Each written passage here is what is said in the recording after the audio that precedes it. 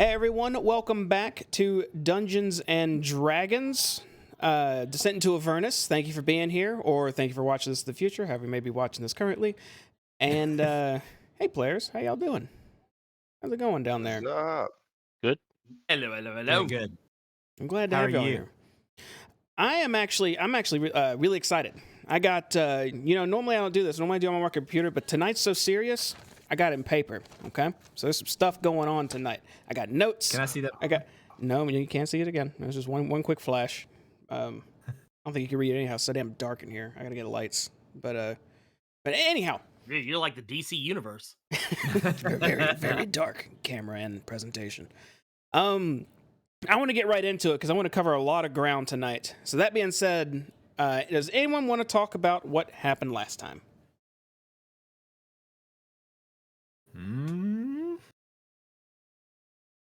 Volunteers means I'll do it. Oh, there we go. All right. I wasn't prepared, so I'll do it. He prepared.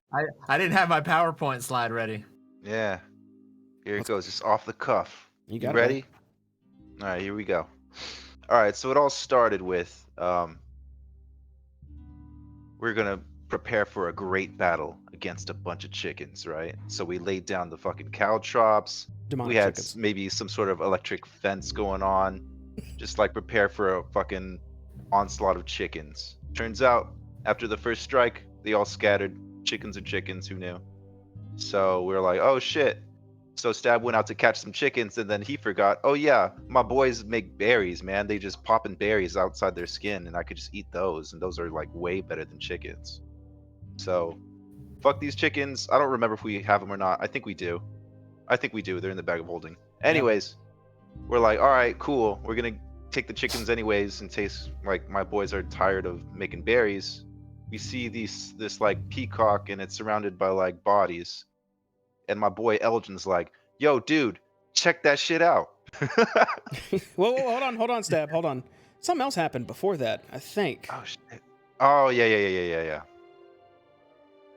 So Lulu started glowing really, really brightly. So Stab was all stoked because, lights usually are good things. But then nope, she just blew up. And then she's gone. And Stab was super dope, like, what's it called? He was just Depressed? bummed out. Depressed. Until, and then just continuing on. I think we waited there for a bit to see if anything else would happen. But nope, nothing happened.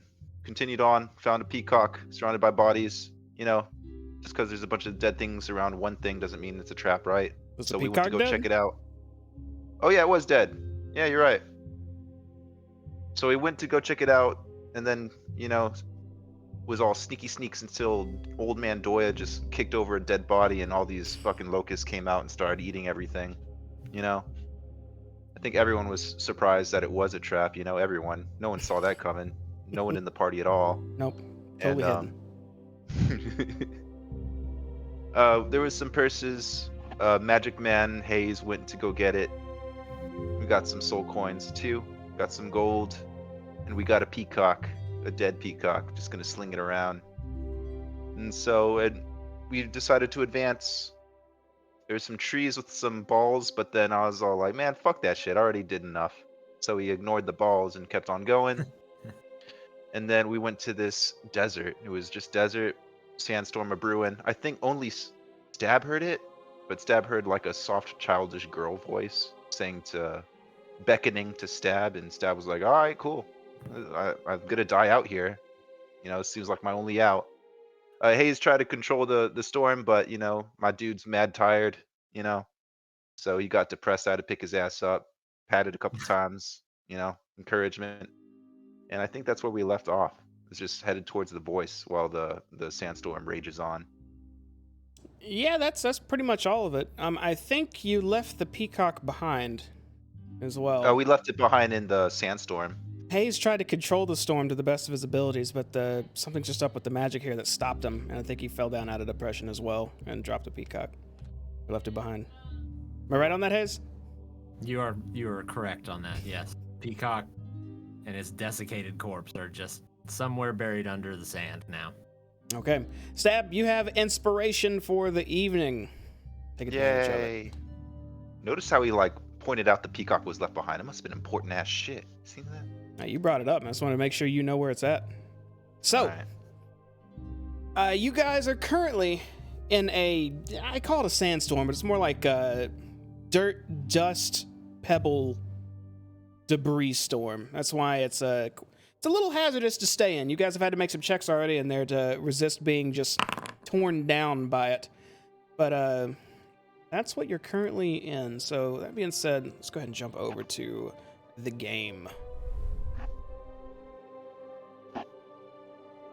So, all four of you are moving through this storm. What's called a Avernus storm. As a few of you shield your heads and your eyes, and a few of you take your bedrolls out and wrap yourselves up in it.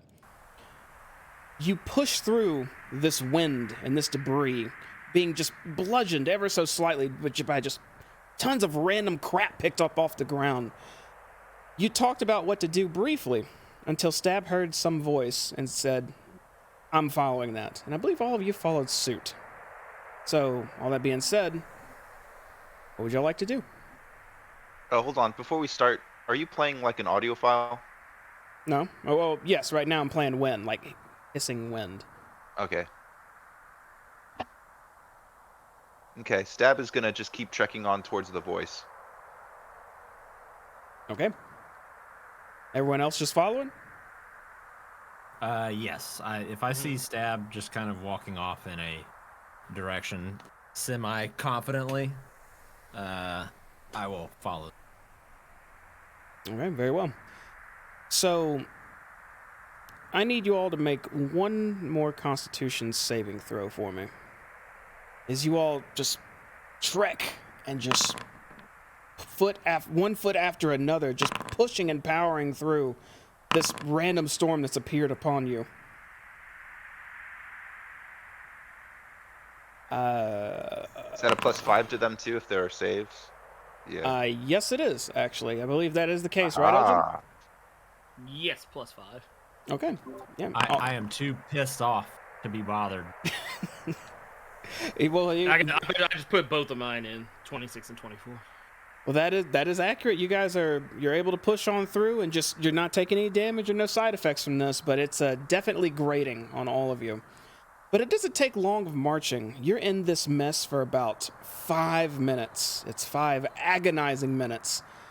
But after about 5 minutes, the storm is suddenly gone.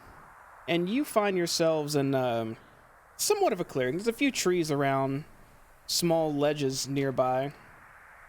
But the most odd thing you see in front of you is a child. You look straight ahead, and you see what you think is a devil, but it's clothed. And it seems to be throwing something at a spiky, prickly tree right in front of it. And then running to grab it. I've seen enough plays to know how this is going to go. Wait, first off, everybody else sees that, right? I think that's the kid that was calling me. That's the one that told me it was safe here. So you do see it. I see it. We should not go near that. Why not? They were willing to help out before, if it was them. Is it still like super sandstormy around? It's a bit dirty and dusty around you, but in every direction, there's no storm whatsoever. Seems just like open clearings and whatnot. A few rocks, a few more trees. How does this individual look like they're covered in dust or No. sand? Not at all. You realize we just barely managed through a giant sandstorm, correct? That's correct. Are we surrounded by the whole storm right now? Are we like in the eye of it, Jamie? No, there's actually nothing around you Nope. now. It's almost like it didn't even Oh, happen. wow. Do you see any sand or dirt on that thing? Jamie, do I see sand on that thing? Are you just looking to see if there's sand on the creature ahead? Is it... Yeah. Okay, make a perception check. Shit. I didn't think you'd make me do a check. +5. Looking ahead, you don't really see any sand on the figure. You see a tunic, some nice, it looks like very, very finely made linen pants, and some sandals. Describe the creature again. It's just a tiefling or something. Kind of looks like a tiefling child from here. Oh, where's she going? You can see him throwing the ball repeatedly at this prickly tree and then running to retrieve it and then walking back. You know, just the things you expect to see on a normal day in hell. A small child playing in the middle of nowhere.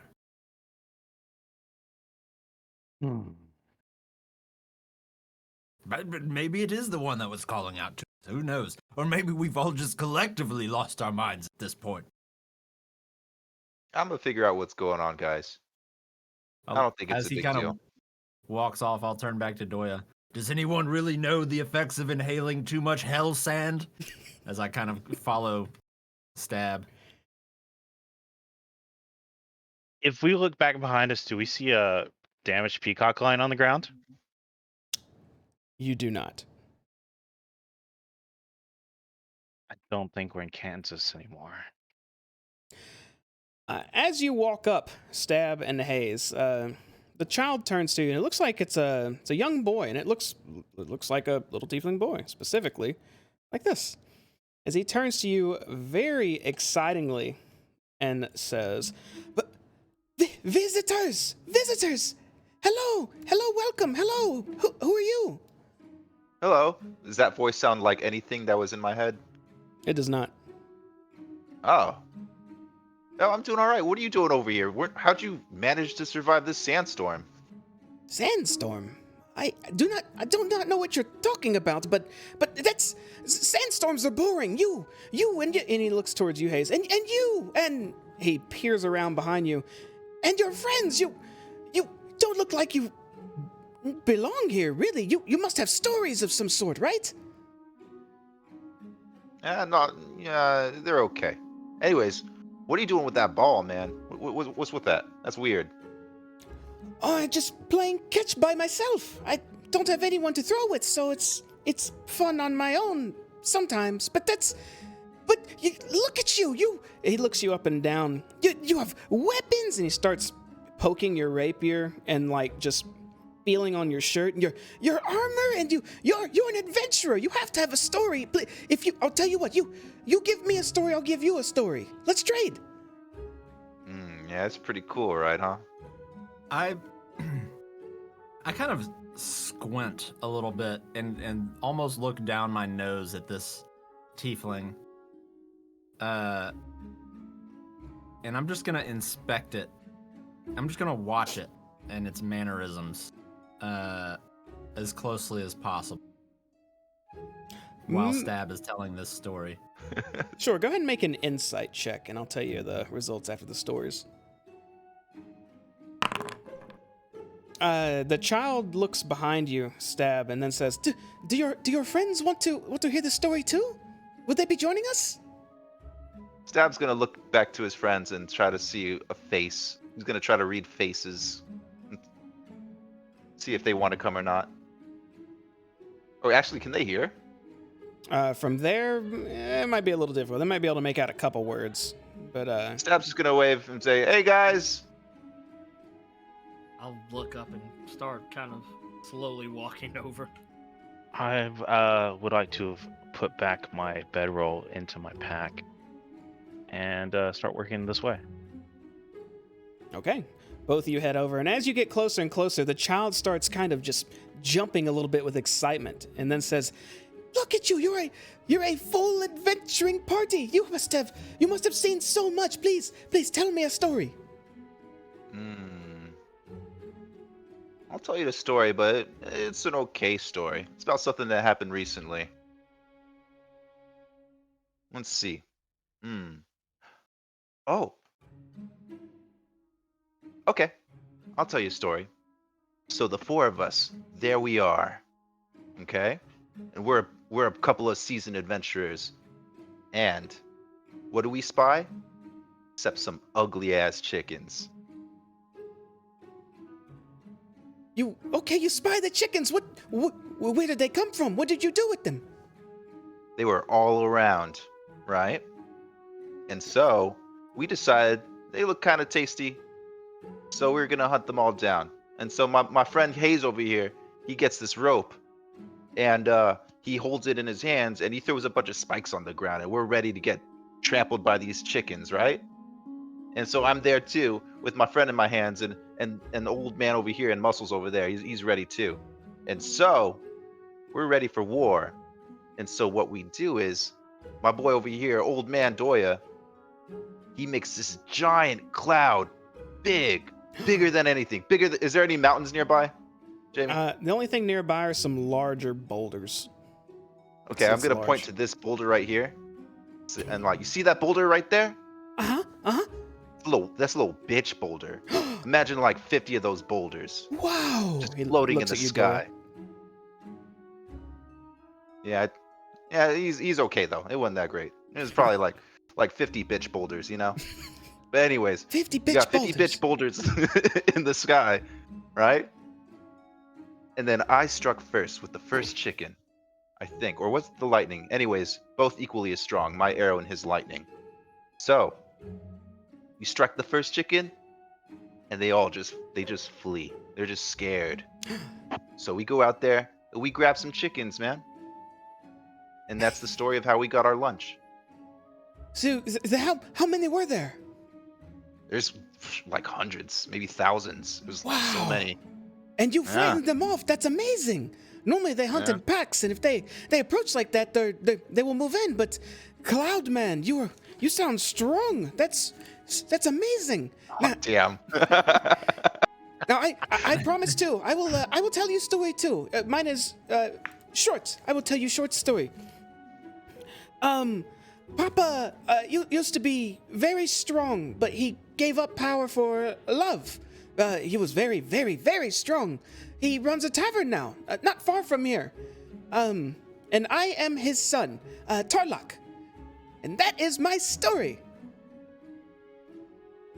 Okay. All right. Please, What power did your... I want to hear Oh, go more ahead. stories. More stories, please. I can, but I'm supposed to be devil, and I'm supposed to trick you because that's what devils do. That's what Papa says to do, but I don't like tricking, or I don't want souls. So maybe we trade again, and he doesn't have to know. I give you, bracelets. I give you powerful bracelets for another story, please? Please, please, please? Oh, I'm good. Does he have the bracelet in front of him? You see nothing on him. Also, Hayes, Yeah. via your insight check, looking at this, you're trying to check his mannerisms to see if he's doing anything sneaky or whatnot, and it's really hard to tell because every time he talks, he literally sounds like an excited child, just happy to hear tales, which to you sounds really far-fetched given where you're at, but that's all you can glean from him.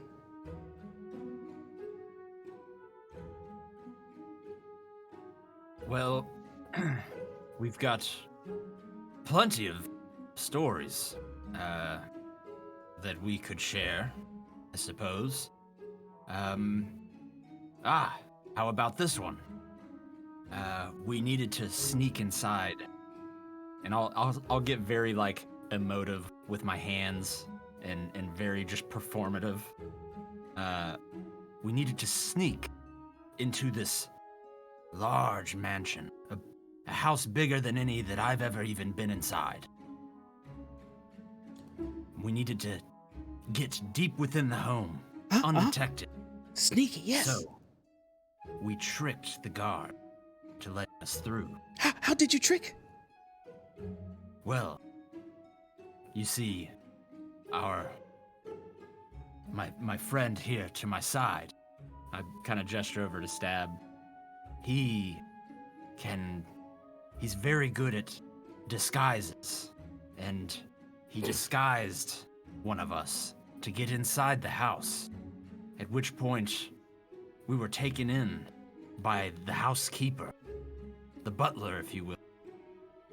And he took us to a room where we were then essentially locked in. We couldn't leave because we would blow our cover. So, my other friend here, Master Doya, he turned himself into a tiny little spider. Cloudman can transform too? Amazing! And he snuck through the house and found who we were looking for. And then a battle ensued. We fought and clawed our way into the room where we found the person we were looking for. And then we sort of, well, by force, we made a new friend. And we get the information that we needed, and we made a harrowing escape out of the mansion. Wow. Where, through a series of secret passages, we went into the stables and stole the horses and rode out as fast as we could. Truly amazing, amazing! You are adventurers! Yes, this is great story! Oh, I'm so excited! Trade. Yes, trade. Powerful bracelet, promised. You gave me story, I give you bracelets, yes. And he holds up one finger and puts his thumb on it and snaps. And you all see some twine under all of your wrists start wrapping around to the top and tying itself neatly. It looks like just some small, basic linen thread on you, but you all have this little bracelet on you now. And Tarlac says, powerful bracelet for all, yes? Will protect you from, everything. Everything. Ah. Yes, try, you are a sorcerer, yes? I am familiar with the ways of magic, but how do you know that? I could tell by looking. Look at you. Robes, wands, you magic. Very magic. Please, use magic on, Cloudman. Try. The Cloud Man. I'll look over at Doya, and I will kind of conjure a little bit of ice in my left hand, and I'll kind of let it build and build. But then with my right hand, I'll conjure a mage hand and I'll slap Doya across the face. You take I wanted it to. and you want to do no damage, right? Just like a damageless slap. Correct. Yeah. You take your mage hand and just slap Doya across the face. And Doya, it stings a little bit. To which Tarlac says, no, my mage hand that's too small. Do big. Shoot him with ice, fire, fireball. Yes. When he says fire, I'm going to go ahead and try produce flame. I assume I'm going to have to make some checks here. Go ahead and cast it. Okay, I am casting produce flame and putting fire in my hand. Okay. There's a little bit of fire in your hand now. What would you like to do with it? I'm going to furrow my brow because this has sometimes been difficult in the past few days. He just stares at your hand and looks back up at you expectingly, repeatedly.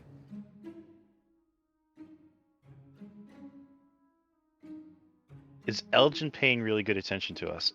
don't Ooh. Elgin, what are you doing? Honestly, Eldrin's just been kind of like staring off. He hasn't really been paying the kid or anything anyone's been saying real attention. He's kind of been off in his own head thinking about the discomfort he feels right now. I'm going to look at the kid and go like that, so like quiet, and then I'm going to throw the produce flame at Elgin. Okay, and what was your, that's an attack roll, right? Or was that a savings throw? Mhm.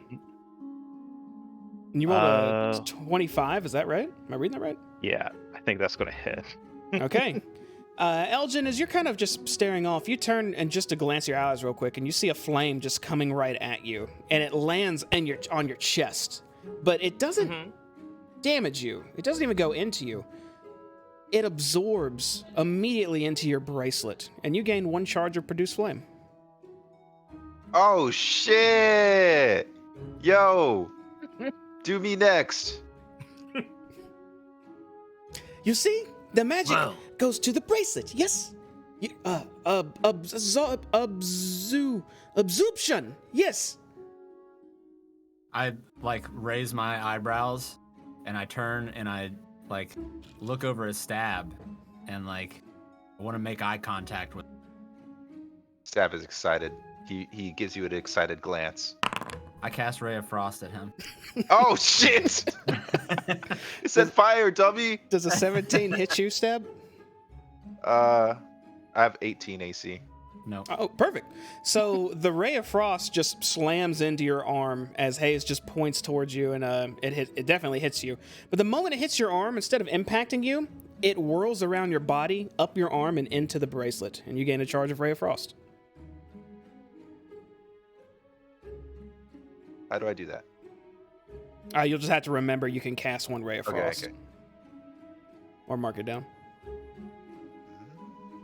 Shit, I don't have anything. Intriguing. I'm gonna to return the favor, Stab is gonna put mold. No, let's do this. Stab's gonna get some dirt, and he's gonna give Hayes like a really good, like, yeah, I got you, buddy, stare, and he's just gonna throw the dirt on Hayes. He's gonna. So are you casting something to do that, or are you just throwing No, dirt I at him? can't. I can't cast Mold Earth. I have to wait till it's on something or someone and then cast it. Oh, okay. So Stab wants to like use Mold Earth with the dirt on Hayes. Okay, yeah, you throw some dirt at Hayes, and it just splatters against him. And then what? Oh, was all of the sand of the desert not enough? Oh, check this shit. Oh, I forgot you were covered in sand. Check this shit out. So Stab is gonna go like this with his hand, and it's just gonna make swirls around his nipples with the dirt. Okay, you have swirly dirt nipples now, Hayes. They're just sitting on you. What do I? It's supposed What to do go I in do the with bracelet. You can save that for later and keep that in the bracelet. Tarlok looks at you and kind of raises an eyebrow and says, "No, it more absorbs damaging. You just made swirly titties on him." Oh, still a cool bracelet. Thank you. Even better. Stab is gonna. Oh, go ahead. Your bracelet can look like whatever you want. Just think of any bracelet type. Bracelet, of course, but it'll look like that. Blue, green, orange, black, rainbow, anything. It'll look like only another bracelet. Always bracelet. Okay. Any material as well? Yes. Iron bracelet, gold bracelet, copper bracelet. Twine is very simple. More fun. See, because, look. And he holds up both his wrists, and two bracelets just appear on him. See, matches my outfit. And he just kicks his legs up off the ground, showing off his pants. Stab wants to re-envision his bracelet as a millipede. As soon as you do that, Stab, the twine at the top of your bracelet slowly starts to transform. It looks like it's burning off the top, but it's turning into some type of millipede creature just wrapping around your wrist. Oh, cool. Does it feel and touch and taste like a millipede? It definitely feels like the texture of a millipede, but it doesn't seem to be a living one. That's neat. Neat. I made good trade, but do not tell Papa. He would want me to trick you and be good devil. Well, I think you're a good devil. I'll kind of pause for a moment and I'll look down at the bracelet. And I would like to envision it. Series of just small, kind of fine links, I guess almost like silver type links that has a little a moon charm that hangs off of one point. Okay, it does just that. Is a more elegant design now wraps around your wrist. Chris Tarlak looks at it and smiles and says, "Very fancy. Yes, good for a sorcerer like you." Oh, Stab just thought of something. Stab wants to change his bracelet again. He wants to change it to a candy bracelet. And what kind of candy? What's it look like? Real sweet, real lollipop. It's like you've seen them before, right? Strings with like sweet tarts on them. Yeah, it's got like sweet tarts with a string through it. Yeah. You got that around your wrist now. Stab would like to lick the thing, see if it tastes like candy. You lick your wrist, and it does not taste like candy. We'll just keep it there anyways. Doesn't seem to have any taste, actually. Yeah. And I'll look at it and just say, just to respond to, you said it was Tarlak? Is that his name? Tarlak. Yeah. Tarlak? That's right. Memories of better time. I see. I hope still having a good time now. We trade stories and bracelets, and we can have a fireball battle if you want.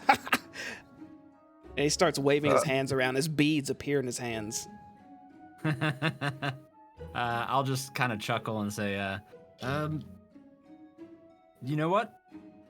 And I'll take a few steps back and hold my arms out. Give me your best shot. Okay. Okay. He runs back.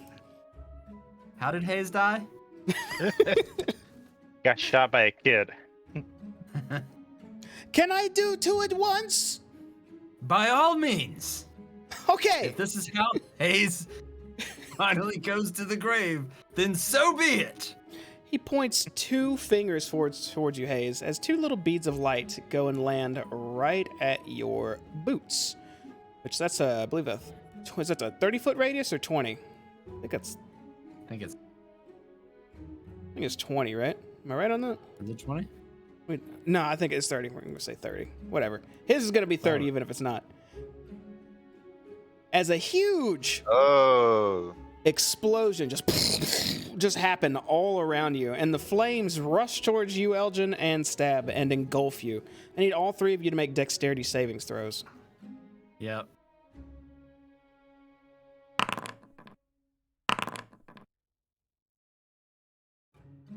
Okay, Hayes, you kind of clinch up and avoid most of it.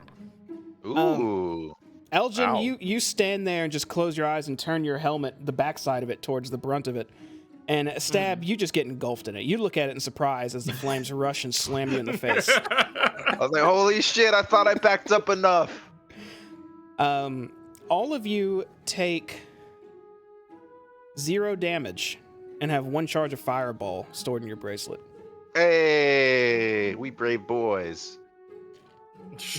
Tarlok points and calls out, "Ha, I know I hit at least you, Hayes, but not the other two. The other two, they avoid a little bit, but only a little." That's right. Too evasive. All right, so Tarmac, was His it? name? Do what?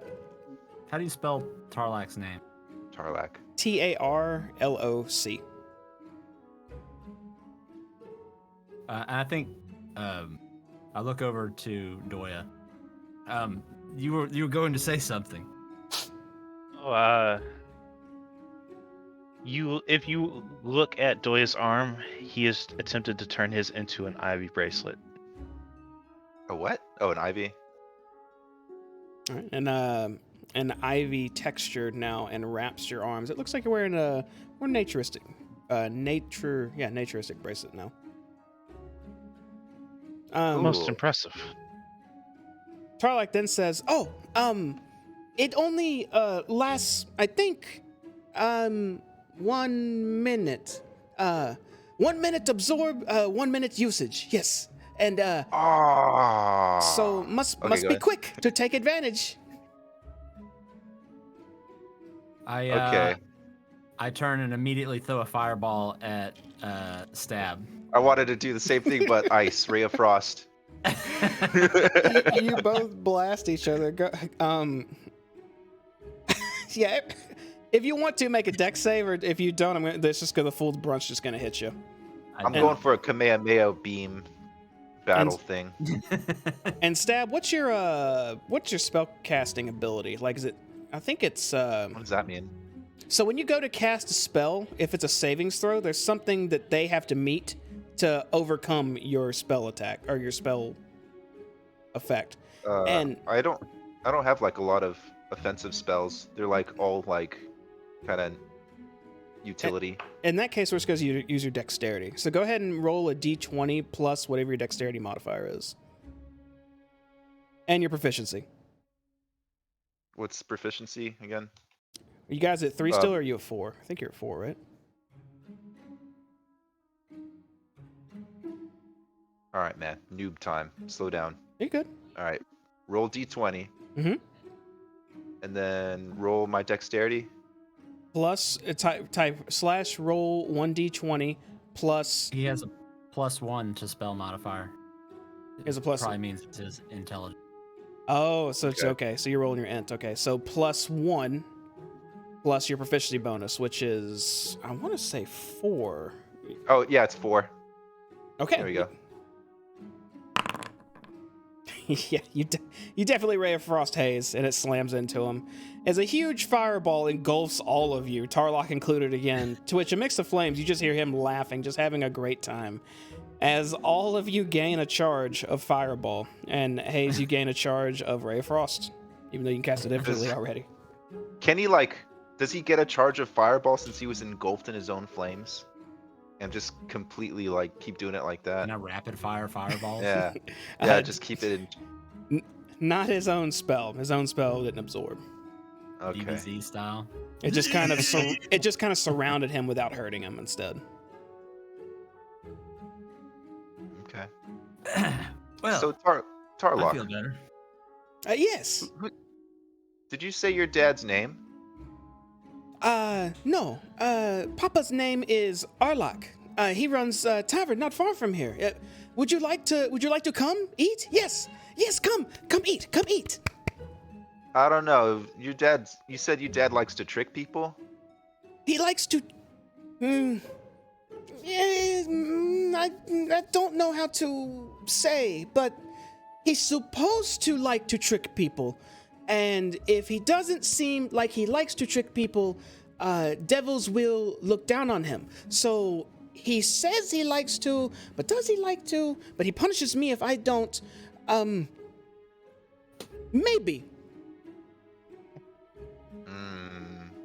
Stab's gonna look towards the group. But Papa will not trick my friends. No, he'll be nice to you. Yes, you eat and then maybe rest. Yes, and he will not be mean, Papa. Okay, that's good enough for me. Where else are we going to go? All right, I think we're all on board here. I think so as well. How long will the bracelet last for? Bracelet. Well, unless you perish forever. Ooh, I like the sound of that. A very generous gift. It is very rare to see adventurers here like you. Very fun, and you give me 2 stories. So, this is fair trade. Oh yeah, definitely. Hey, Muscles, what you think about going to the tavern, man? Sure, it gets us out of this environment. Alrighty. Well, which way? Let me be sure first. And he looks over at you, Elgin. Elgin? And then you stab.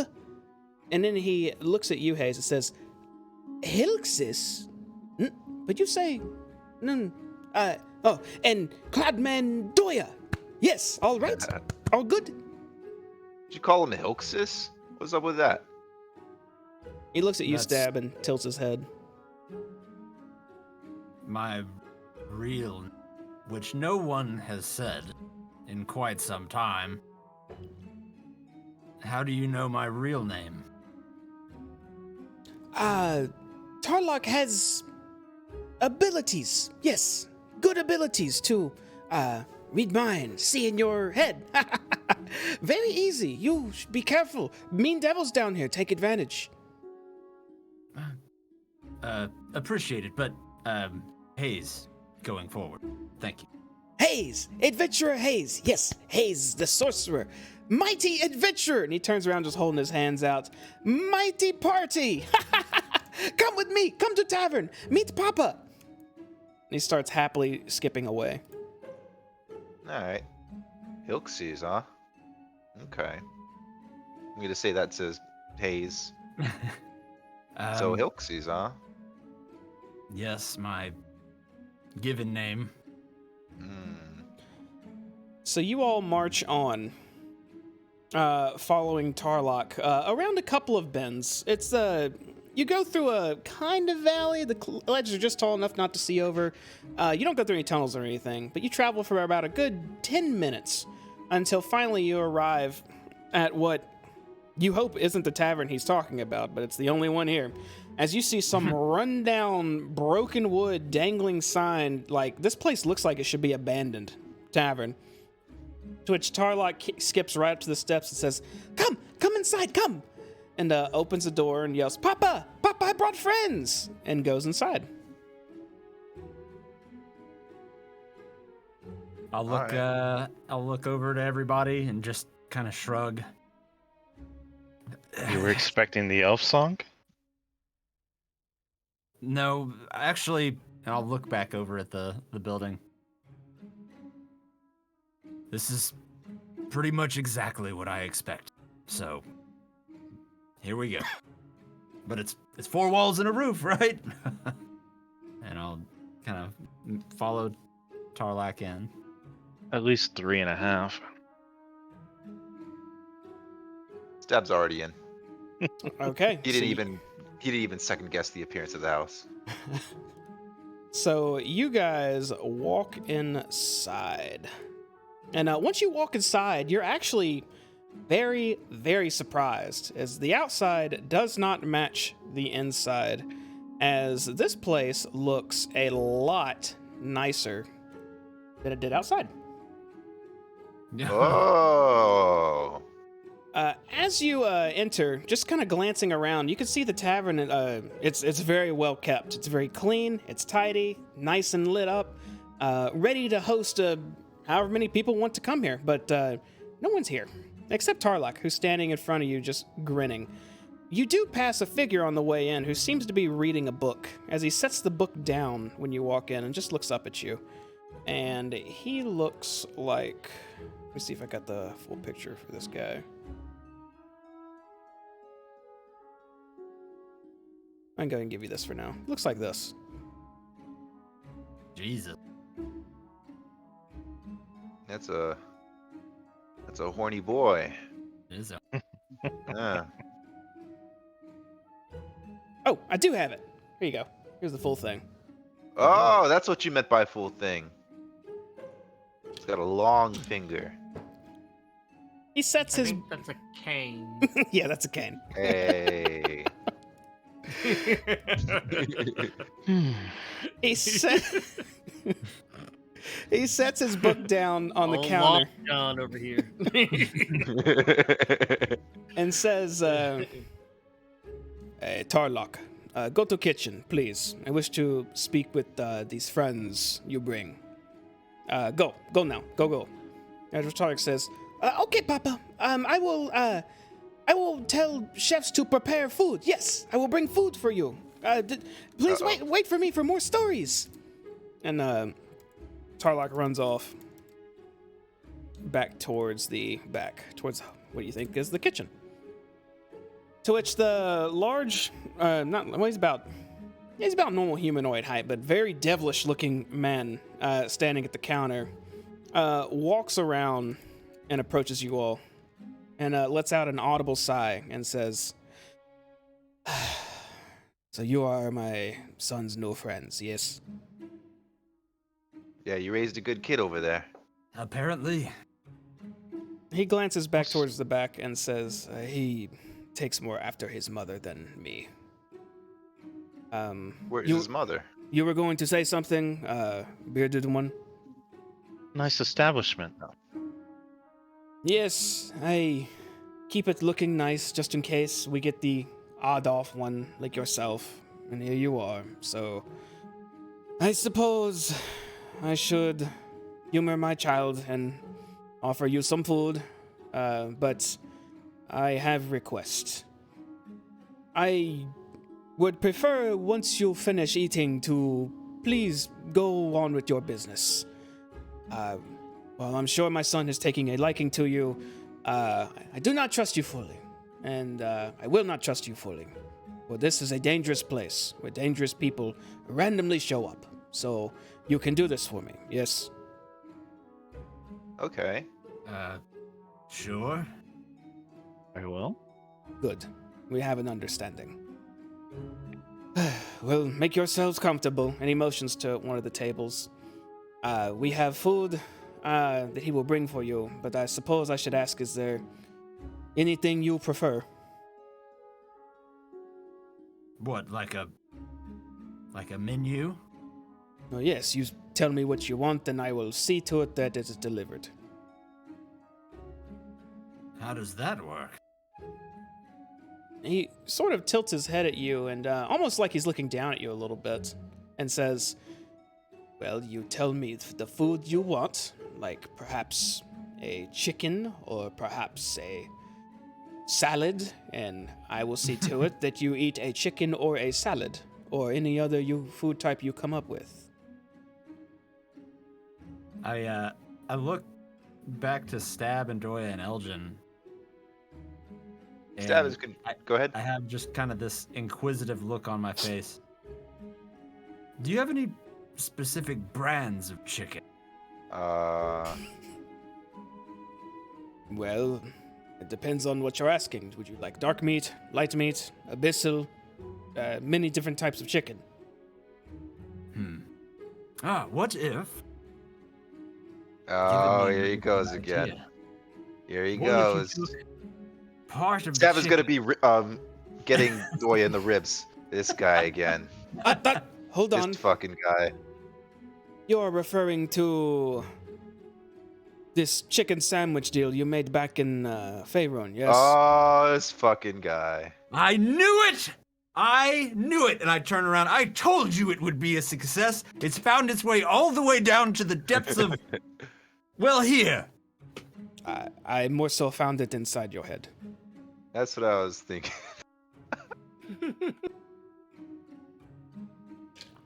Regardless, doesn't matter. Doesn't matter where you found it, but did you find it? You did. Indeed, But I no, did. I'd like to try something a little different. Perhaps instead of the chicken between two pieces of bread, you take the chicken, we cut it up into smaller pieces, and mix it in with the salad. So you want a chicken salad? That chicken salad! I said it. It's his chicken salad. Yes, I'll have one of those. I can do this for you. And the rest of you, food? Stab is gonna be like, food first, request later. Is that how things are gonna go? Food first, request. Didn't you want us to do something for you? I want you to tell me what you want to eat so I can make sure that you get it. Okay. Hold on. He turns and walks back to the counter, and he picks up the book he was reading, and he hurriedly opens to a page. It looks like a very specific page, and he starts studying it. He does this for about 10 seconds, and then puts the book down and walks back up to you and says, to be hospitable, we are here to serve you. Thank you. I want candy. Just like a ton of it. Any type of candy? Sweet, sour, lemony, juicy, not so juicy. I'd like a giant lollipop in the middle of jelly beans surrounded by gumballs. Lollipop If that's not too much trouble. with a center of jelly beans surrounded. Okay, sure, yes. And you too? Oh, and sorry, a chicken salad on the side, just a small one. Oh, you sure? Two different things? I can do this. You may not like, or maybe you do like. If it's not too much trouble. Okay. The rest of you? What does the chef recommend? Well, bread, hot bread. That's your best meal? It's the most basic and easiest to digest and filling. It is the most efficient meal that I believe you can have. Then I will defer to the chef. And you, and he sort of peers at you for a moment. Elgin, yes, what would you like? Just chicken. Jay, It doesn't need to be anything fancy. You like Just a plate with some chicken and maybe a biscuit or two. Would you like the chicken cooked? Yes, please. Very well. Please sit. I will be right back. You see him walk away real quick. He is gone. It's been about maybe 20 seconds. He's not back yet. You guys just kind of sitting and chilling? Or what are you doing? Yeah, I'm gonna be sitting at I'm just gonna be sitting at one of the tables, back to the wall. Is there anything around? There's a lot of stuff around. Shit. Stab wants to see if there's any, like, remnants of danger anywhere. The only danger you can see here, there seems to be a dagger stabbed through a wanted poster near the actual bar area. That's the only thing that looks dangerous. Can we see who the wanted poster is from here? Just glancing at it, yeah, you can. Looks like it's some sort of goblin.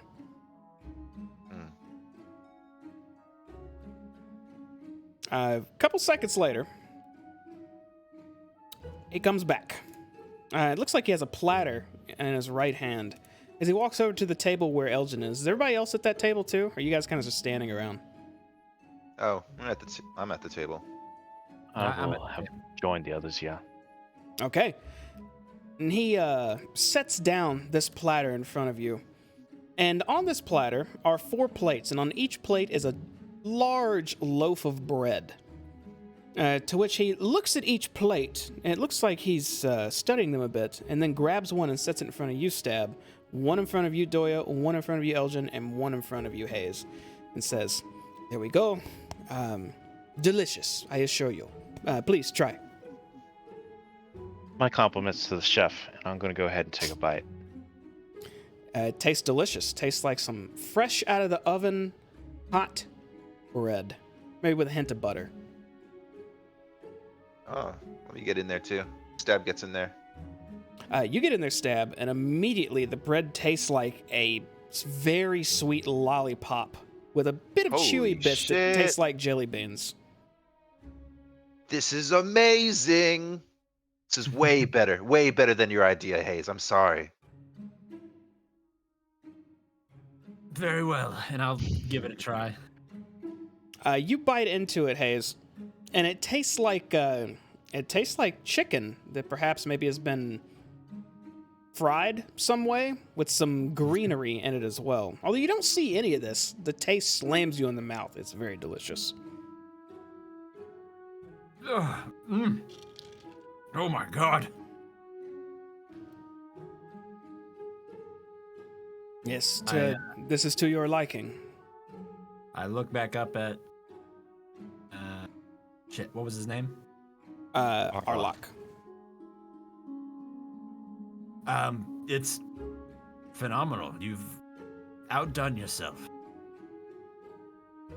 Thank you. I will let the staff know.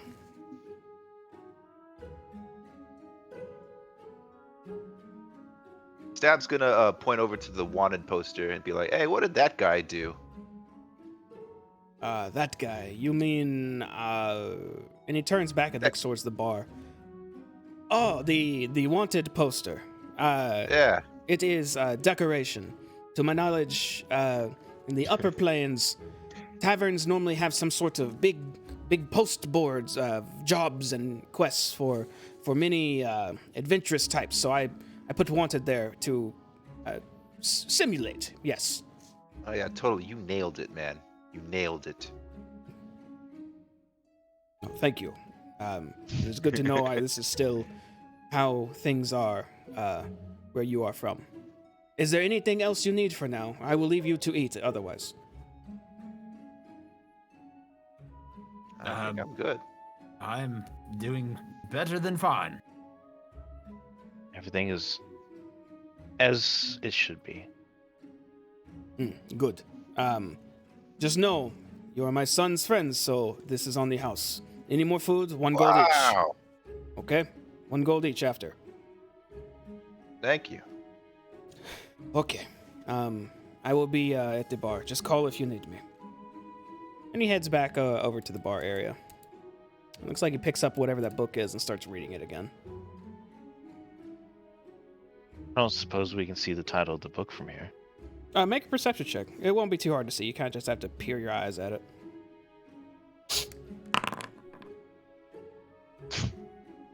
Just kind of nearing your eyes and looking, it looks like it's titled Tavern Keeping for Dummies.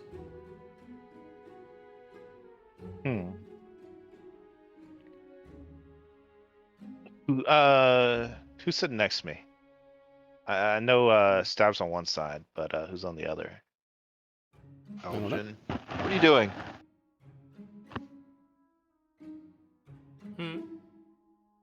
Oh, sorry. Dog got into something. If you're talking to me. I was like, that was a very aggressive way to ask me what I was doing. No, man, he's getting into something. Oh, you're all good. Gentlemen, what are the odds that, and I'll wave around my hand, all this is in our head? Stab is gonna keep eating his bread. If he's like, yeah, this tastes pretty real, man. I don't know. Yes, it is quite good, but the mind can be tricked.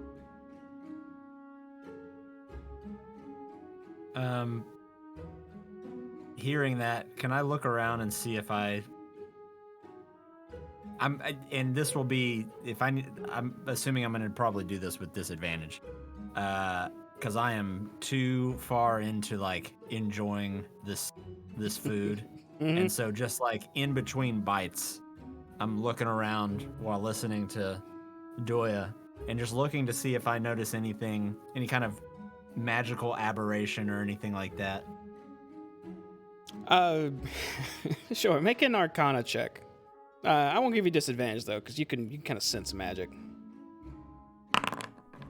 Okay. Yeah. So you don't. I mean, you have to think there might be something a little magical happening here, but you don't sense anything that could allude to some sort of school of magic that's causing anything here. I don't need disadvantage to fail spectacularly. Do that all on my own. I'll look back to Doya. I mean, everything looks fine to me. Checks out. Oh, this is good. Very well. Past few days have been a little rough. Maybe I'm imagining things. I'm gonna move y'all to a table.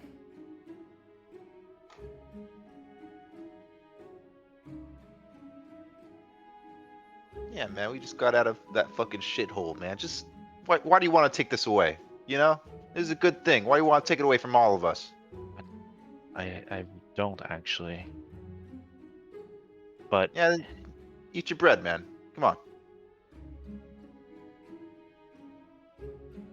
someone powerful to make all this in our mind would be a very powerful ally. Yeah, bread magic is best magic.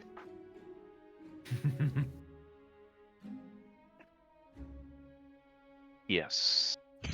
Yes, it is. All right, Stab's just gonna continue. How much bread did they give us, Jamie? One big old fat loaf, like this big, like all around. Yeah, big old fat loaf. So, oh yeah.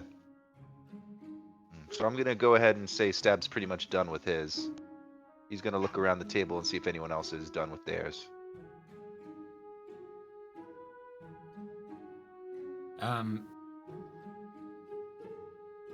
I will. Not halfway through.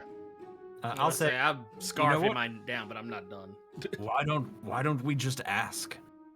I mean, we've already been kicked out anyway after we leave. So, excuse me, sir. Arlok puts his book down and hops up from behind the bar and walks over. Yes. Just again, wanted to say, phenomenal job on all of this. Can't thank you enough. How long? I'm just curious. I'm a people person. I like to ask questions. How long have you been here? Here, not too long. No, maybe a couple of years here. But when you leave, maybe we move again. Oh, so you can just kind of pick up and move at will. That's quite impressive. He nods and says, there are many other groups that do the same. Perhaps you have seen the Wandering Emporium. Oh, yes, we are very familiar with the Wandering Emporium. So, you are kind of like the Wandering Inn? That is... It's actually a good name. No, this is the Tavern Shack. But yours is much better. I will consider this. No, but by all means, you can have it. Consider it a fair trade for a good meal for the first time in days. Please, only because of my son, not because of me. And he nods solemnly. Just out of curiosity then, if we were not friends with your son, and we had stumbled in here, what does that interaction look like? That would be a much more difficult interaction. Well, you would have come in, and I would have immediately charged you gold.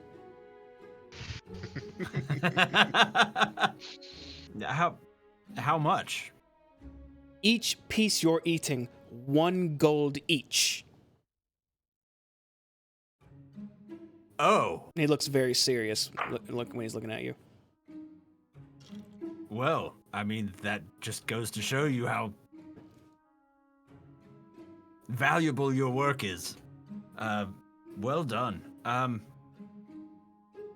Follow-up question. How do you manage to do this? Upkeep this type of establishment? He looks around and says, with magic, it is quite easy. And he motions towards you, Hayes, and says, you would perhaps know something similar. Higher tiered magic can create houses, fortresses, even, if strong enough. Very similar effect with this place. I have, I believe, heard of things like that. I'll look over at Doya. So it's not all an illusion. He says, no, my friend, very, very real. And starts knocking on the table. Solid wood. Also solid food, now in your gut. And for that, I'm very thankful. How many patrons do you normally get coming through here? Well, ideally none. None is safest. Safest for Tarlok. But maybe once every few months, something will wander near. Normally much less pleasant than your type. Normally much more devilish. No, yes, I'm sure. Probably lots more teeth. Yeah, that's no fun. I'll be honest. You don't seem the type to run an inn in hell and to have a. So, where's Mom? He looks away slightly when you ask that, Hayes, and then looks back to you and says, Mom is gone.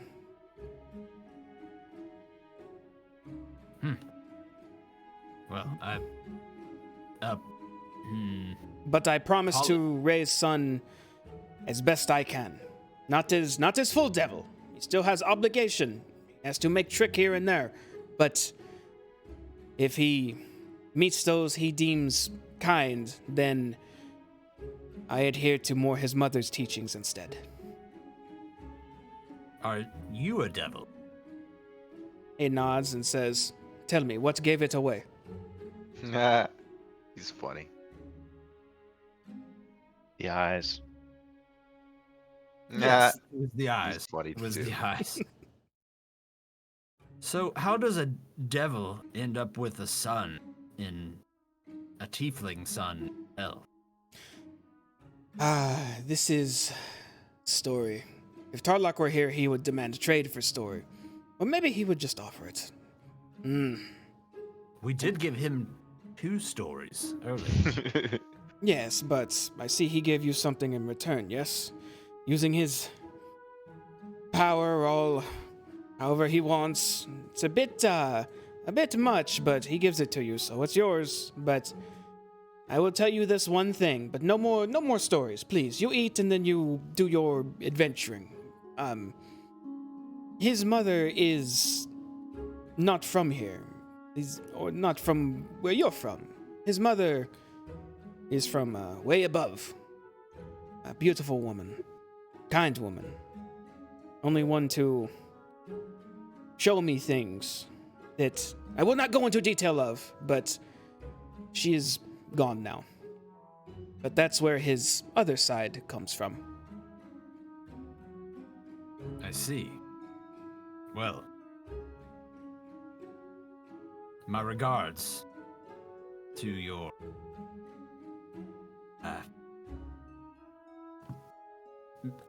estranged wife. I don't know what the term is. Missing? Is she missing? You're going to get a slight kick under the table from Doya. Oh, you find out all you can. You're gonna get a kick from Stab. Neither- encouraging it's neither stick. neither here nor there. Apologies. But your hospitality is greatly appreciated, and we will hold up our end of the bargain and leave once we have finished here. I would like to ask, is there anything that we can do for you? Anything you need help? No. No, I assure you I am quite fine. I do not need any assistance. I will say, if you intend to continue on the plains of Avernus or even the other lairs, then you will probably need a bit more equipment. The bracer my son gives you, very strong. But the more basics you might be lacking. And he's just he's looking all of you over and says, perhaps some kits of some sort, or maybe some tools or potions especially. Please, you visit the market alley once you're done here. Oh. Where might we find the market alley? Outside, around the back, there is a gate. Looks like a stone gate, stone arch. You walk through, it will take you to most fitting market for your type. Okay. And would you happen to be able to perhaps point us in the right direction once we leave the market? We're trying to make our way back to Mordenkainen's tower.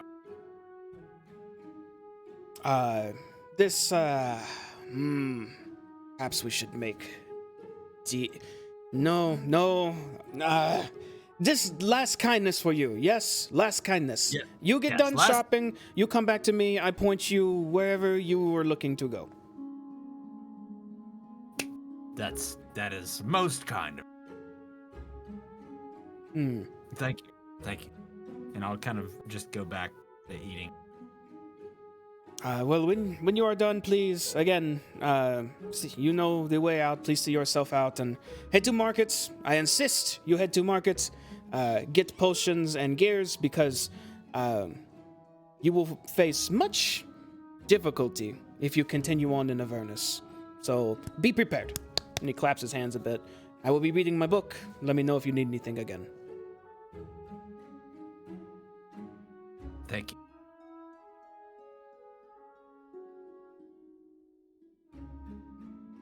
Nicely done. Well, I'd like to see what they got for sale. See, I'm looking like my mouth is full. You ask a few questions. You get to know people. You are friendly, and it goes a long way, even in hell. Who knew? General yes. courtesy. I think we lucked out. But sometimes that's what it takes. Talking to people. Sometimes you just gotta pay that price.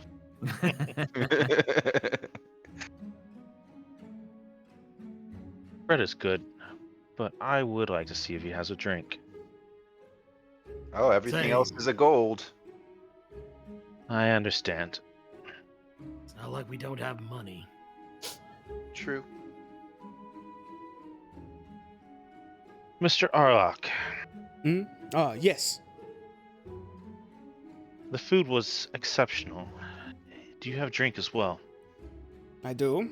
Would you prefer waters or wines or ales or? You tell me. Water will be sufficient. I have to charge for this. Is 1 gold for 1 mug of water.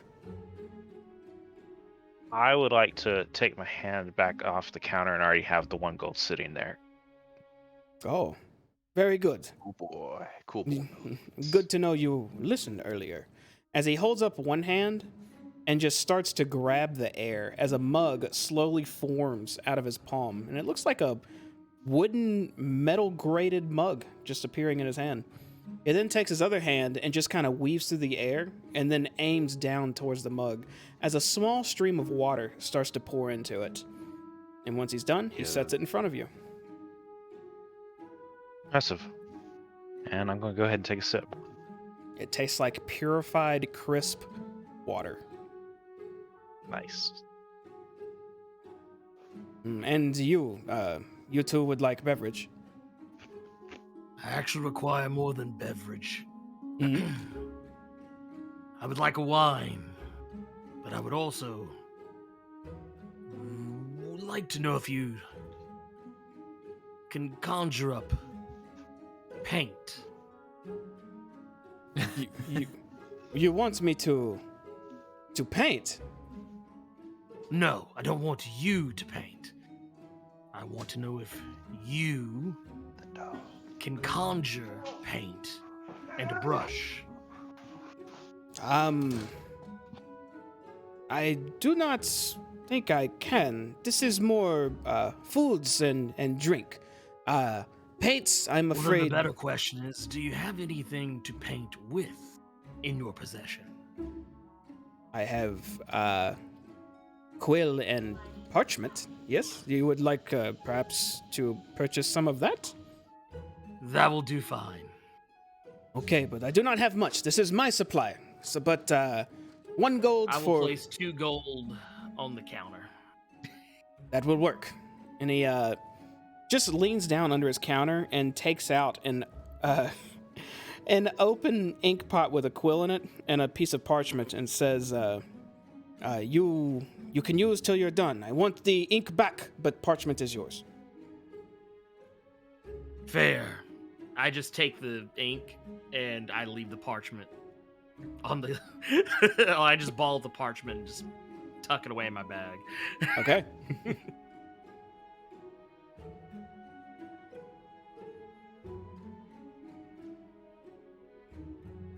Interesting book you're reading. Book. Oh, it helps me with customers. There are customs that I am not quite acquainted to, but I'm learning. Are you familiar with the one where, as people drink at the bar, they talk to the barkeep? Somewhat. I read a brief overview. Would you like to practice? Really, I just want to continue studying. Please, enjoy yourself. If you need something, I will help you. Ooh, Very well. that's gotta feel bad. I'll continue drinking my water at the bar. I'll walk up, kind of having finished my food, and I will take out a gold piece and put it on the counter, and I will take and I'll just kind of look at the water and how good it looks. It's the best looking thing I've ever seen. I would like to have one of those. Oh yeah, me too, man. I'm gonna also wave a gold piece in the air. 2 more waters. That's a gold each. And you see your gold lift out of your hand and head towards Arlok. And he points his other finger at you, Whoa. Hayes, and then says, "And you?" I already have it out. Oh, and he does the same with you. He then holds 2 hands out, and you see 2 mugs form. And then he just almost like shoves them towards you as they just gently float through the air. And he twirls his fingers, causing more water to just pour into both of them as he lands them right in front of you. Neat. Oh my god. Do we have to leave? Can we just live here now? Can this be our new home? Will you be my dad? No, you must go once done, please. Yeah, that's fair. That's fair. Oh my god, so good. It's crisp so water. good.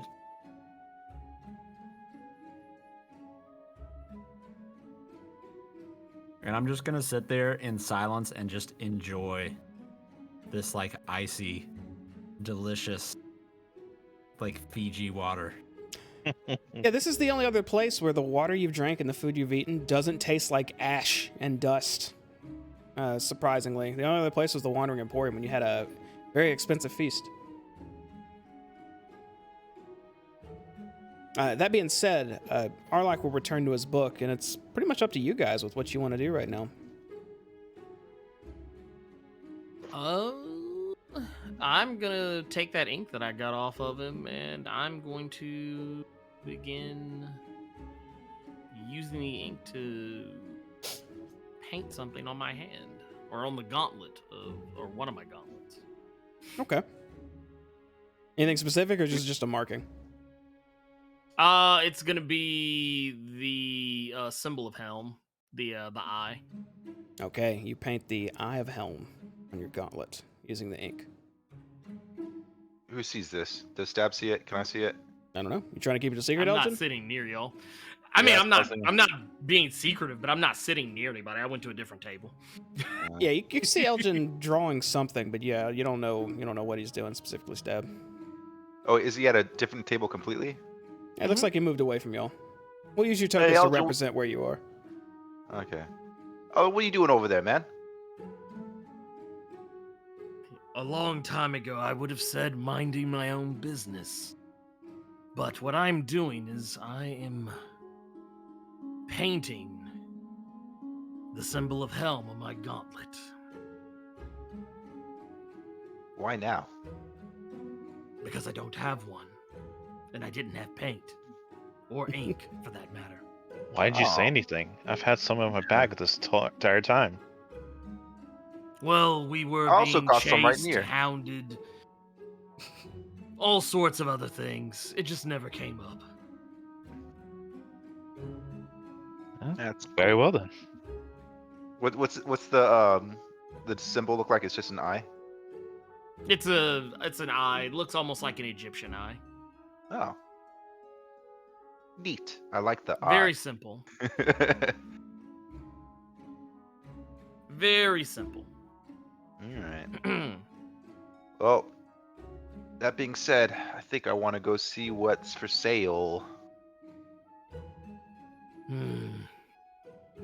I don't know. Depends on what it costs. Well, we won't know unless we go there. Well, I'll finish here. I'll follow shortly after. Alrighty. He pointed to the direction the alley was, right? I just told you behind the tavern. Oh, Stab's gonna head behind the tavern. Okay, so Stab, you start walking towards the front doors. What's everybody else doing? I will just. I'm not rushing, but I will finish my water, and I will. And you will what? Follow suit. Okay. Follow. Dab. Elgin and Doyle? Let's stick with Elgin. Yeah. I'm finishing the symbol. Okay. We'll catch up, I assume, in about 5-10 minutes. So you finish painting the eye on your gauntlet, Elgin, and it looks. Tell me, is Elgin good at drawing, or is he just making an attempt? I mean, it's not his. I wouldn't say it's something that's like his passion. But he can draw straight lines. Okay. So That's his. Yeah. you get a fair looking eye on your gauntlet as Hayes and Stab walk outside, back out into the open area of Avernus, and it looks just how like you saw it earlier. When you turn and look back at the tavern, you can see it still looks just awful. Looks like it shouldn't even be standing, but you know for a fact the inside looks way different, so you take it for what it is. As you go around the back of the tavern, you can see what Arlok had described, an arch made of what looks like some gray stone. Almost looks like I don't know what it's called, castle stone. I don't think it's called that, but you get the idea. Making a bit of an arch. And it has a large green gem just sitting at the top of it. And you could see through this arch, it just looks like there's more Avernus beyond it. It's just an arch sitting there by itself.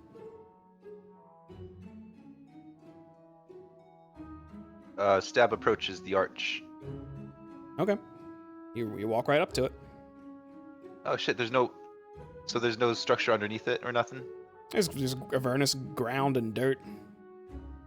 Mm. Just an arch sitting there, made out of stone. And there was a green orb on top. Green gem. Almost looks like a diamond at the top of it. Is Hayes with me? I think he said he was following you. Should be right by Yeah. you. All right. Yeah. Hey, buddy, you think it'd be a good idea to touch that? I'm gonna ask this time rather than just do.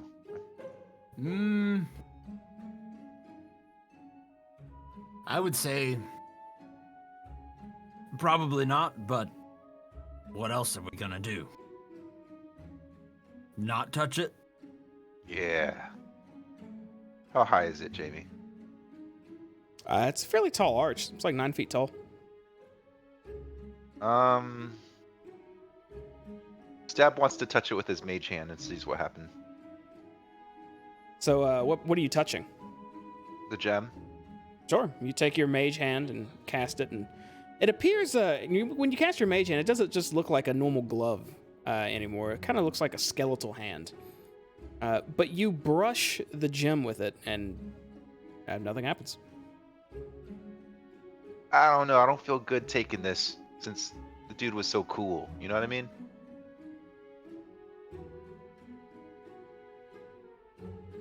Yes, we probably shouldn't piss off the magic innkeeper. Yeah. All right. Am I stupid, or did he say the market was this way? I turn back to and look at the building that we walked out of, the inn. Mm-hmm. And then I'll kind of look at where we are now and look off into the distance.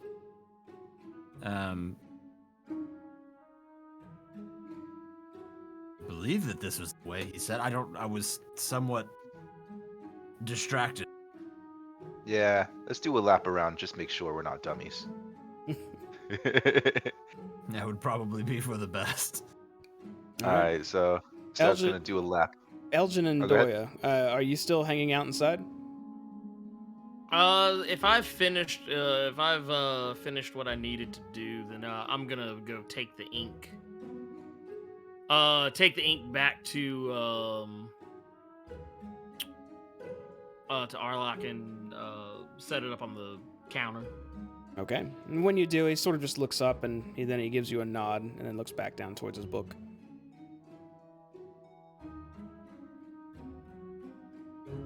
That I can take. Oh, I've lost connection. Yeah, I just saw something disappear down there.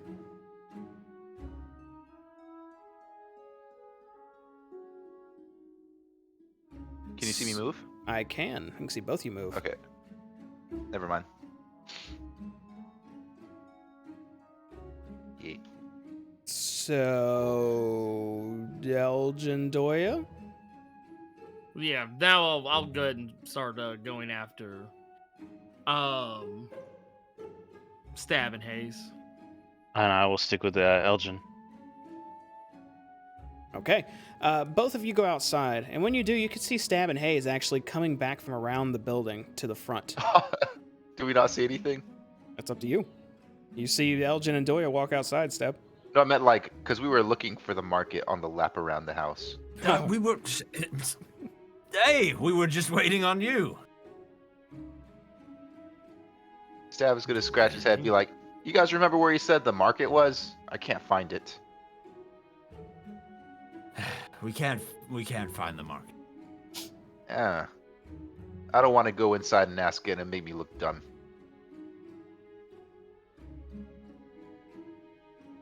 But I will if I have to. I believe he said to go through it, not around it. Oh, okay. I'll follow you, Mr. Smarty Pants. Oh, Cloud Boy, whatever you said. Cloud Man.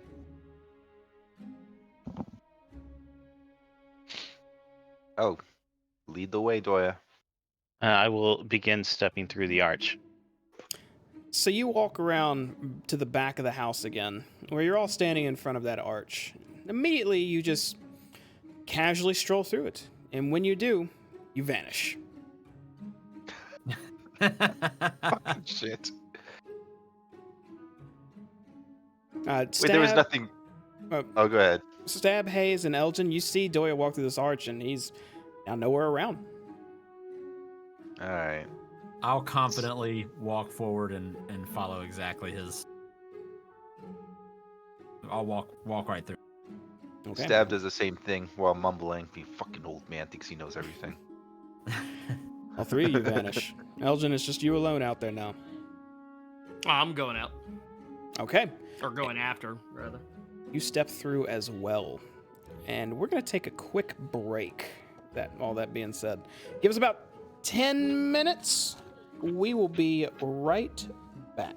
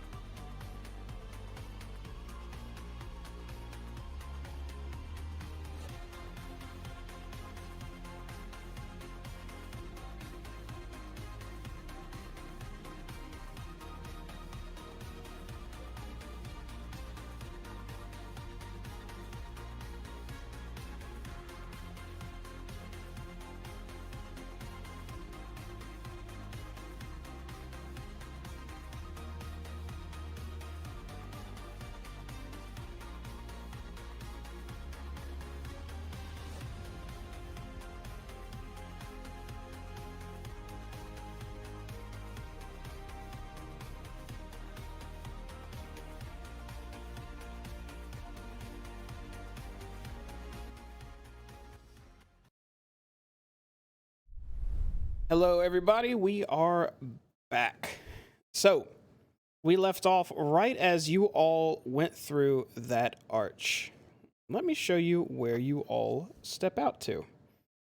So, as all of you appear in whatever location this is, you could see that you seem to be in a town of some sort. You appear between a bunch of people just living their lives. Just people working numerous stalls ahead of you, alleyways to your left, to your right, tall buildings, structures, just... It's as if you're just in a city back in Faerun somewhere. The only oddity that strikes you all is the sky. Well, it looks like the sun should be shining. You can see shadows even on the ground. Everything just seems a bit dimmer than it's supposed to be. What would you all like to do?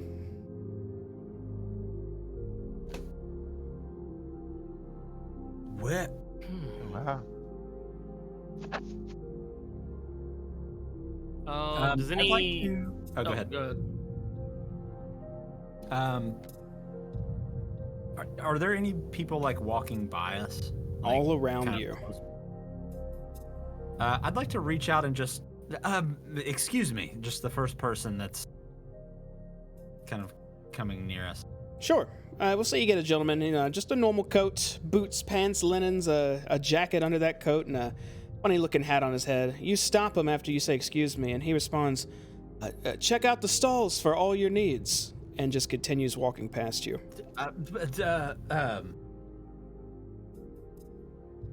Okay. Well, I suppose we should check out the stalls for any of our needs. I have a feeling anything else would be superfluous. I am inclined to agree with you, sir. And I reach out to just shake your hand. All right, to the stalls. And I look over at Elgin. Elgin, are you... I suppose we should check out the stalls? Well, I don't see any reason why not. Let us go. Let's see what they have to offer. All right. Stab. All right, let's go. And I'll start walking forward, and I'd just like to take in all of the stands. Are there any that like what kind of stand am I seeing here? It looks a little What are you surreal, sounding? but just looking forward right now, it looks like the city almost goes on infinitely, and every few feet in between the gaps of these stalls is another stall, and another stall, and another stall on both sides, with someone standing at each of them, just kind of staring in front of them and swaying back and forth a little bit. Just glancing at some of these stalls, it looks like they all only specialize in one thing. The first stall you notice looking to your left, you can see all he seems to have is arrows. Just bunches and bunches of arrows. Not a single other thing in this stall. Looking past that, you run into something similar. Looks like he's only selling kits of a certain type. And looking past that, it's getting a little bit harder to tell, but you see a bunch of bedrolls behind that one. And you can't see beyond that, but you assume it's going to be more similar. This seems like something that would be created by someone who had no clue of what a market was, and they'd only heard about it in stories, and this is what they imagined it to be. Or a book. Or a book. One for dummies, perhaps. Ah! Mhm. I concur.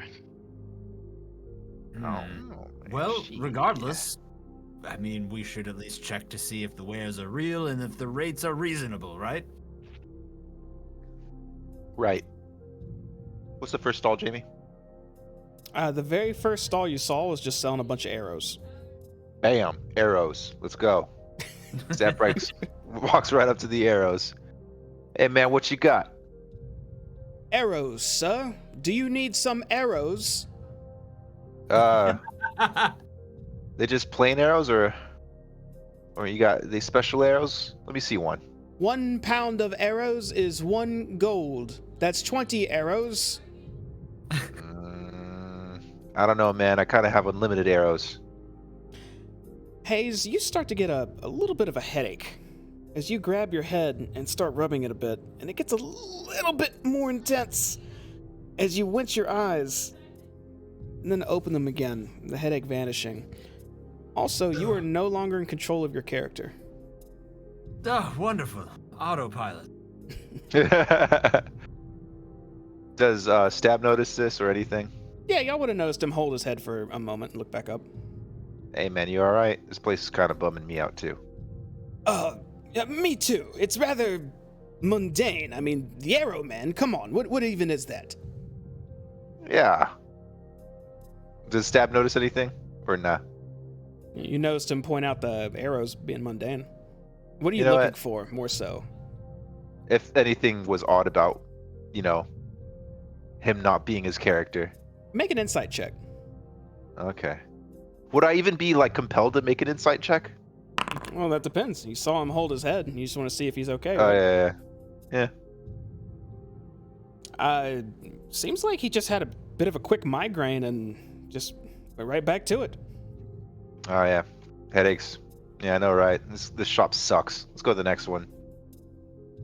All right, you guys move on to the next shop. In the meantime, Hayes, your consciousness has gone somewhere else. It is black all around you, almost like you're in an empty void, devoid of everything. You don't hear anything, you don't smell anything, you don't see anything. And slowly but surely, you start to smell sea salt. You start to feel a breeze you're quite familiar with, and your vision starts to come to. As you can see, you are on board a boat. It seems to be in gentle waters right now, just lightly swaying in the waters. You kind of glance around just to get your bearings, but seems like you're on your own, and it seems like you're on a very familiar vessel. What would you like to do? I'd like to fix my volume here real quick. Yeah. Oh, fair enough. Priorities. I would like to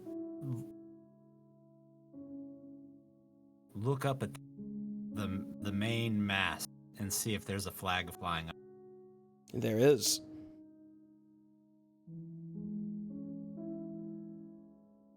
What is can I tell what the symbol is on that flag? You absolutely can.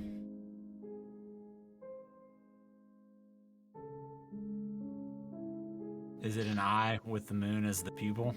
It is.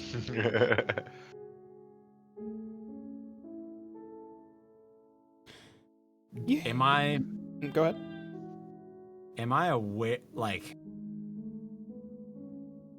aware that just a second ago I was in a market and now I'm here, or is this like I've woken up from a dream? You are absolutely aware that you were just in a market, and almost when you blinked, everything went black and then slowly came to vision of your current situation. You also hear a voice behind you. It sounds very melancholy as it says, "Oh, it's you." Turn around. When you turn around, you see this staring at you. Wonderful. Exactly what I want to see on a pirate ship. Ghost boy. The thing that strikes you the most odd about this figure is it looks very familiar. Very, very familiar. As the figure starts to speak more. You could only repress it for so long, but here I am. Did you even know my name?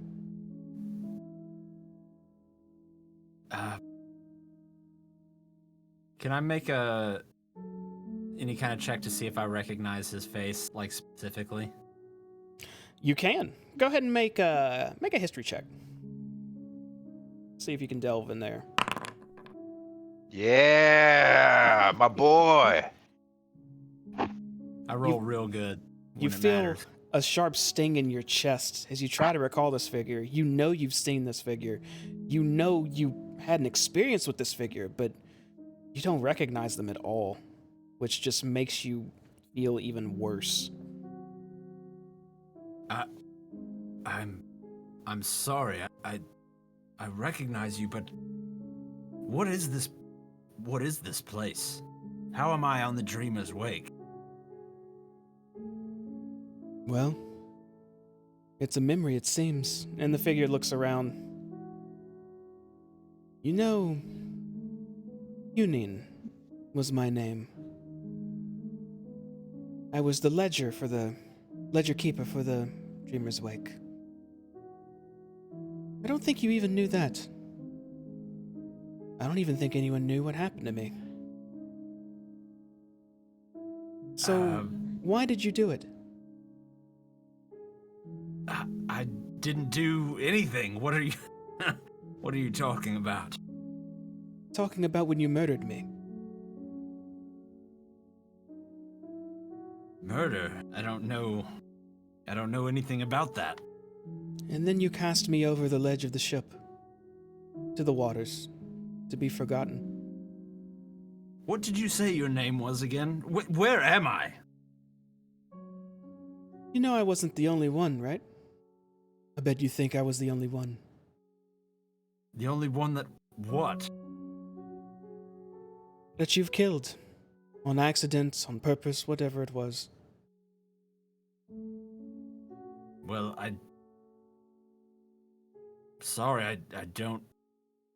And I'll kind of take a closer look at the face under the hood. When you move up close to the figure and stare at the face, a memory triggers in your mind. A past experience you had while aboard the Dreamer's Wake. A little bit of practice gone wrong. A little bit of magic that affected someone else you didn't mean for it to affect. An accident, surely. An accident that you knew if it came to light, you would be in deep, deep trouble. You made a critical choice. A quick choice. And you disposed of that accident. That accident is now staring you in the face.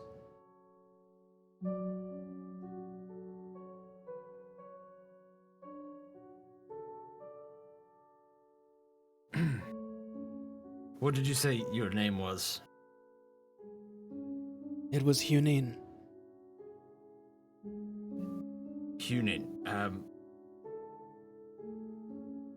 What is that you're wanting to hear from me? What happened was an accident. You must know by now it was an accident. But I would be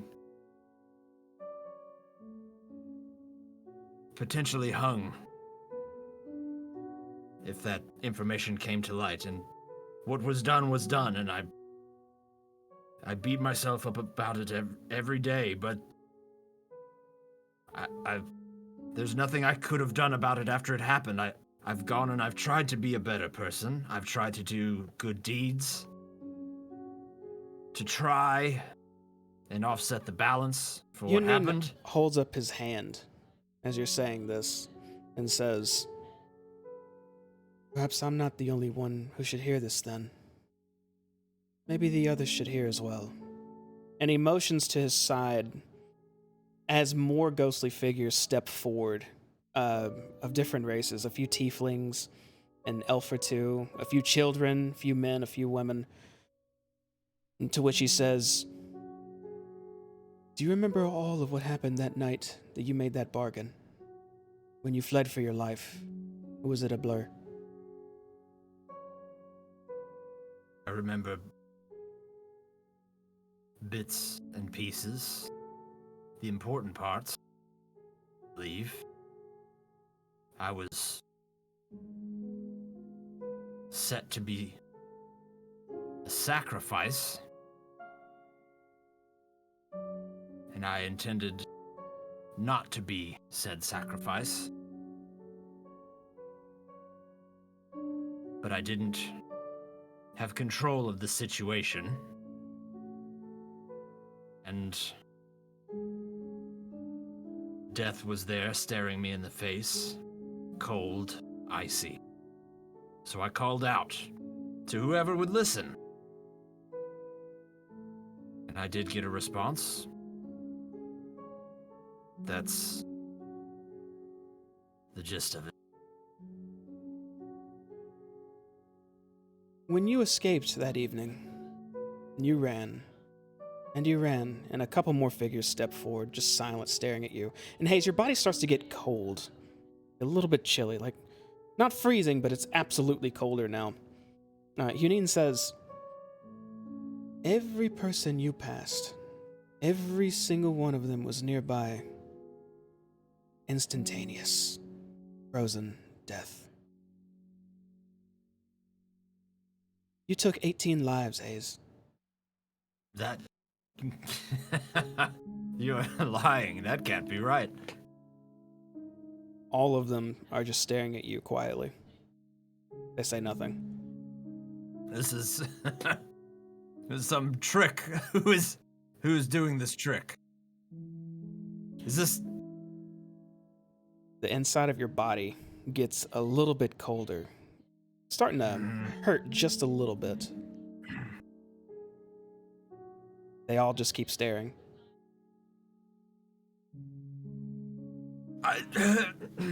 If that's the case, how was I to know? I was a child. I was a kid. I was almost stabbed through the heart, and I was cut and bleeding. I don't know what happened to my parents. They could be anywhere.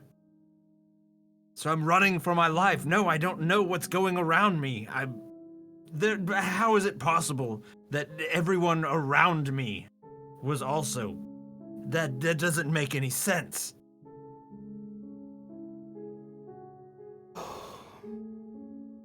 You reached out, Hayes. You called for anything to help. And whatever answered wasn't benevolent. It wasn't kind. It did indeed help you. Latched onto you. Stayed with you. Aggressive, menacing, lashing out at anything and everything to protect you, to save you, just like you wanted. And until you got your wits about you again, did just that. Here's the price. This is I'll what look was around paid. at all the faces. So, all of these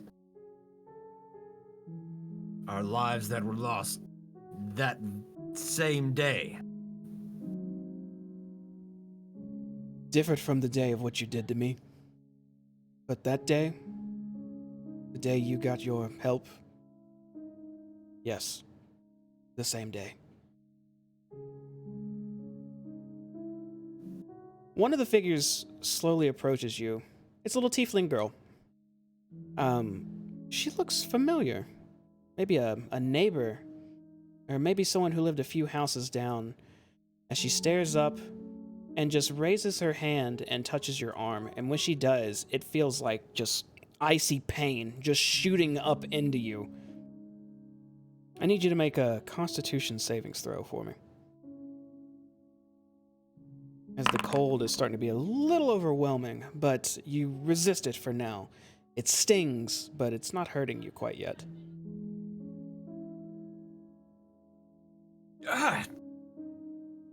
Is she, like, still grabbing onto me, or can I, like, shake her off?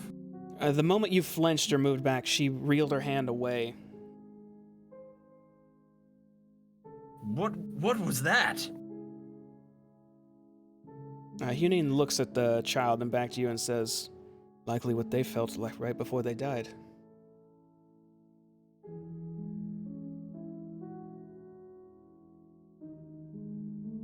What am I supposed to do? I didn't know that this was happening. How am I to make amends for all of this? Do you take responsibility for everything that's happened so far? Everything I've told you? Or do you deny it? I mean, not all of it can be my fault. I mean, yes, I yelled out for help, but how was I supposed to know that the help that I was going to get was not from some god or deity?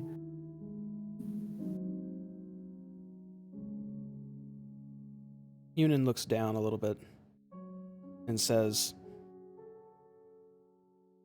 "Then you waive responsibility." No. I don't waive responsibility. It was my decision to not accept what clearly, apparently, should have been my fate.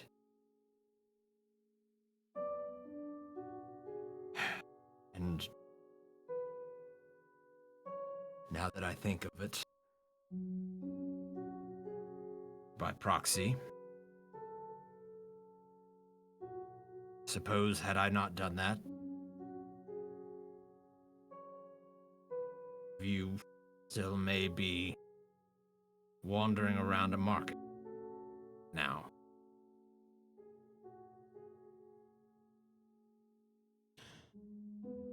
The little girl holds her arm up again and touches on your arm. But it feels warm this time. And she actually speaks up and says, "We know you're only doing your best now, Hayes. We've been watching you. We know you have a great deal of people to save.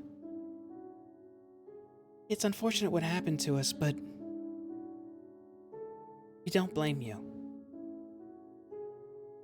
Just please keep living a good life and help people who need it." And your body starts to feel very comfortably warm now. I've done my best. Apparently that is not good enough. So I will continue to improve. I will continue to do the right thing. And I promise that the loss that has been caused by my actions will not be in vain. I will do right until it is my time to here. The girl starts stepping away, and Huneen tells you, "Then remember us. Pay respects to your home when you return. When you're ready, tell someone of me." And as you look back to Huneen and open your mouth, you blink once. And as soon as you blink, you see that you are in a market, wandering right behind Stab, who's trying to point out the next stall to go to. And as I blink, I'm still gonna be mid-sentence, and just saying, "Do you know what happened to my family?" Does Stab hear that? You all hear that. He's right next to you. I don't know, buddy. But I thought we were talking about how this stand sucked. What? Well, right. The stand, and I look over at the stand. What's at this stand? What stand did they make it to while I was in there? Or are we still just? Hey, where was we that at, just Jamie? like an instant? The stand you're standing in front of here seems to have a lot of sacks. A lot of rounded Oh, yeah. sacks that look heavily weighted. Oh, this is the good one. Sacks better than arrows. Yeah, this the worst sack vendor I've ever seen. No, And man, I'll we just just kind got of- into the sacks. I just kind of turn just to where nobody can see my face and just kind of mouth, "What the fuck?" and say, right, we need to check the sack vendor. You alright, man? No. I mean, I'm as good as we can be in whatever marketplace we are in here. I got you. We'll get you a sack, and then we'll just get you to sack up. You know what I mean? Yep. Yeah. I could use that, and I'll kind of just like wipe a single kind of tear that didn't quite get to the point of falling, but like eyes still kind of watery. Like I'll kind of just wipe that away. Yeah. Yes. Maybe they have another bag like Doya has. Magic bag. Yeah, maybe. Does Stab notice anything or nah? There's a person standing behind the counter. Y'all haven't said anything to him yet. Okay, so hey, sacks, right? Ball-bearing bags. 1 gold for ball-bearing bags. Oh shit. Let me see. See a second. 1,000 ball bearings. Oh shit. I open my bag of ball bearings like, did I get... No, I'm good. Oh, alright. Nah, I got 2 of those. Hayes, are you alright? You seem a little distracted the last minute or two. Yeah, what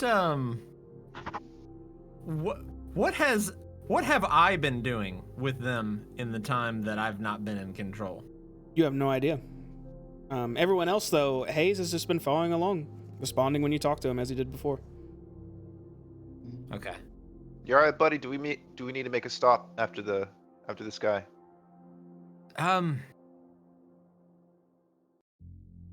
Yes, it's just a headache. Think something. Yeah, I saw.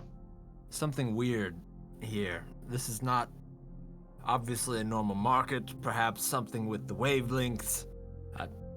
I don't know. I didn't study at a wizard's college. I don't know. Yeah, these guys seem kind of off. Stab is gonna go to the ball bearings guy, be like, "Hey, man." 1 gold, a sack of ball bearings, 1,000 ball bearings. Stab is gonna like poke his nose, give him a little boop, and see if he does anything. He leans back a bit and then just like half-assedly swats at his face and then says, "Ball bearings? Would you like some ball bearings?" Yeah, these guys seem weird. Oh, at least I don't know. You sure you're alright though? Before we move on.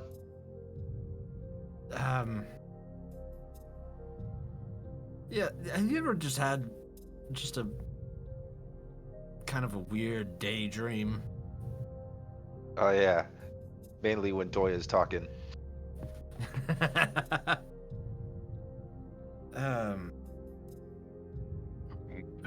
No, I'm good. Thank you. Alright, if you're good, you're good. Alright. And I'm just gonna kind of start looking around at the different stalls. Stalls upon stalls all around. Just shop 3, Jamie, what is it? I'm gonna go way too slow doing it like this. I think we're gonna go way too slow doing it. To the next stall, Stab, as you're walking, and you examine a few oddity stalls. They don't even seem like they'd have useful items. One seems to be selling dirt. Another one seems to just be selling just quills, but they all seem like they're from a bird too small. And you just continue searching for another shop that may have something actually useful. But in the meantime, Elgin. Okay. Your head starts to pound a little bit as you get a little bit of a migraine in your head as you put your fingers onto your helmet and just push onto it until everything around you goes black. Everyone else, you see Elgin is sort of, it looks like he's holding his head like it hurts a little bit, but then he shakes it and looks back up and continues following you all. You're right, big guy. Good as I've been given the situation. Why do you ask? Oh, I don't know, man. You got a lot of muscles on your head. Sometimes they might contract and squeeze it. Give it a good old squeeze. You know what I mean? Just checking. I can assure you I'm quite fine. Should I make a roll, Jamie, or nah? Or That's up to you. Do you, because I saw your headache. I'm seeing a trend. you can put that together yourself as stab if you want. Okay, so I hope it's Doya that has the headache next. I'm gonna say that to Doya. Mean. I'm just going to look at Elgin after he's grabbed his head and then just looks up and says everything's fine and just assume that it's not after going through what I just went through. Okay, yeah, you look at him. I'm just going to walk up to Elgin and I'm gonna put my hand on his shoulder and say, if you need anything. I'll move my hand from his shoulder to the kind of the side of his head and just kind of give it a couple little pats. Let us know. He sort of looks at you warily and just turns his head a little bit and says, well, this is a little out of nowhere, but I appreciate the sentiment. Yeah. I give him a boop on the nose, boop, and I go and I start perusing the stand. Migraines are that bad here, huh? He looks at you oddly as you head to the next stand. And in the meantime, Elgin, you are no longer with your friends, as everything around you has gone pitch black.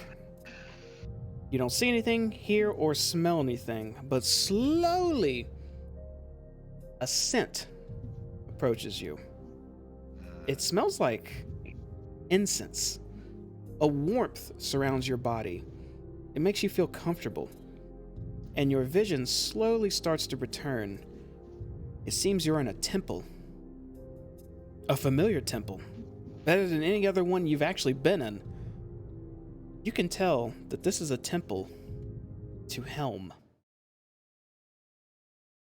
Ahead of you, standing atop, not a pedestal, but multiple steps at the very top, stands a figure looking down onto you. You can't see their eyes, but you can feel their gaze upon you, as it almost feels overwhelming. This is what you see. You immediately recognize this figure as maybe it's an illusion, or maybe it's an avatar or something, but you know that this is Helm.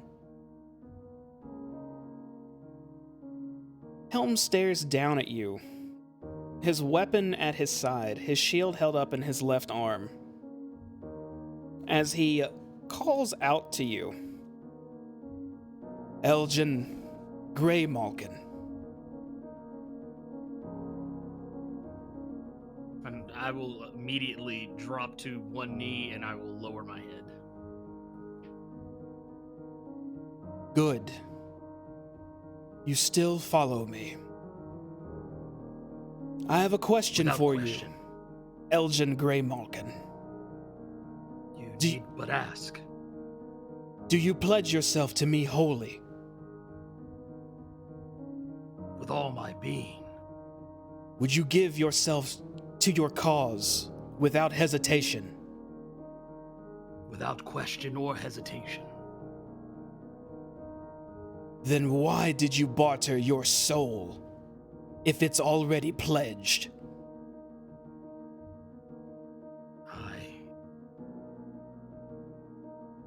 I wanted to end this. To save everyone. And I felt if if I took this risk, then maybe it would drive me to stay the path, to end the suffering of the people of El Terrell. But it was a weight I didn't understand. He starts stepping down the stairs as he says, Elgin Greymalkin, you do not know the damage you have caused. And he gets to the bottom of the steps and starts approaching you. Your soul is tainted, fractured. You have put yourself in grave danger, making that bargain. Broken by even another bargainer. Tell me, Elgin, will you swear wholly to me, your soul, body, and mind, and never stray from the path again? He will literally, instead of being at one knee, he will go down to both knees and clasp both of his hands together, put his chin to them, and then he will begin begin vigorously nodding his head, and then he'll take one of those fists, his right, put it to his chest, and say, "Never again." Then rise, Paladin. Continue your mission. And stay with me. Continue pushing. Continue saving those who need saving. And never taint your soul again. As he holds his hand down towards you.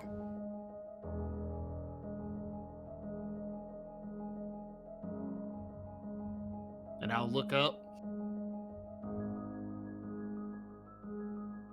And I'll reach out, and I'll reach back out towards him. You reach out towards him, and as your hand just barely makes contact, a bright flash of golden light, blinding, engulfs you. You shield your eyes from it tightly. And then, as soon as you open your eyes, you see that you're following behind your group, back in the market.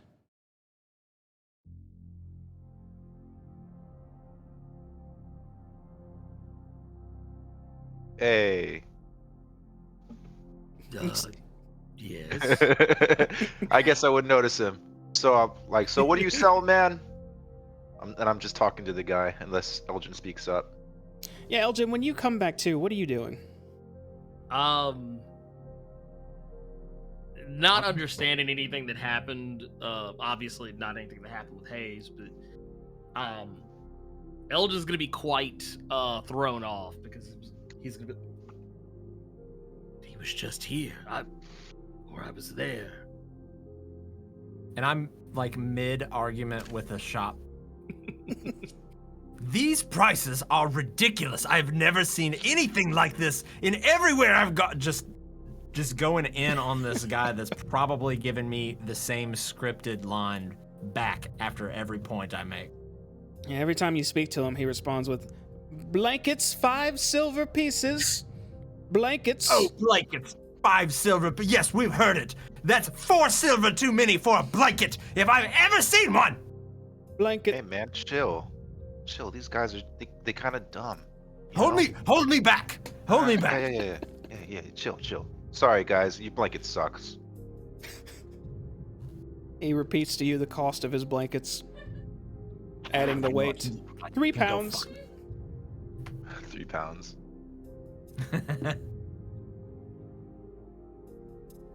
Elgin, you alright, buddy? Yes. Yeah, you definitely look a little bit bewildered, Elgin, so you wouldn't look just how you did a moment ago. It's like your demeanor just changed completely. Oh yeah, no. My answer is going to be more of a question than a declarative statement. He's gonna kind of wander off, like he basically his answer is going to kind of trail off as he walks away from the rest of the group. I would like to just like if your gaze kind of finds itself, across the party and towards me, I'll catch your eye contact for a moment and just give you not even a nod, but just kind of a look like, okay, it wasn't just me. Yeah, right now, Elgin has like 1,000-yard stare. He's just like.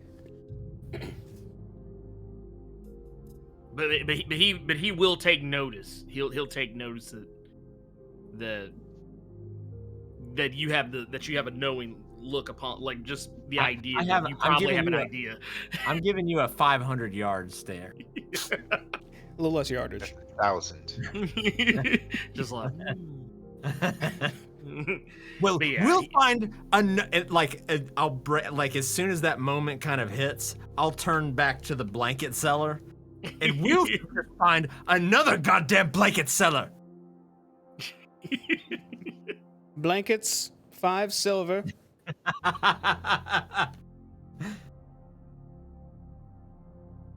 All You guys, come on. continue on. Let's find another guy. Yeah. Stab, how are you feeling? Huh? Me? Shit, I'm feeling all right. I was hoping we'd find something good. I just want to sell some blankets. I mean, it's already fucking hot in hell. Well, I need a blanket. We've been to like 13 stands, and there's been nothing of worth anywhere, and anything that is quadruple the price. But we've been to like 20 stands. 15, 20. Honestly, who's counting? Well, next one. Let's go. Okay, you proceed on to the next stall. You leading the way, Stab? Yeah. Okay, cool. Stab wants to. Oh, go ahead. I was gonna say, yeah, you lead on and head towards another stall. Just again looking around for anything useless. So another stall seems to be selling broken glass. Like some of these things don't even make sense.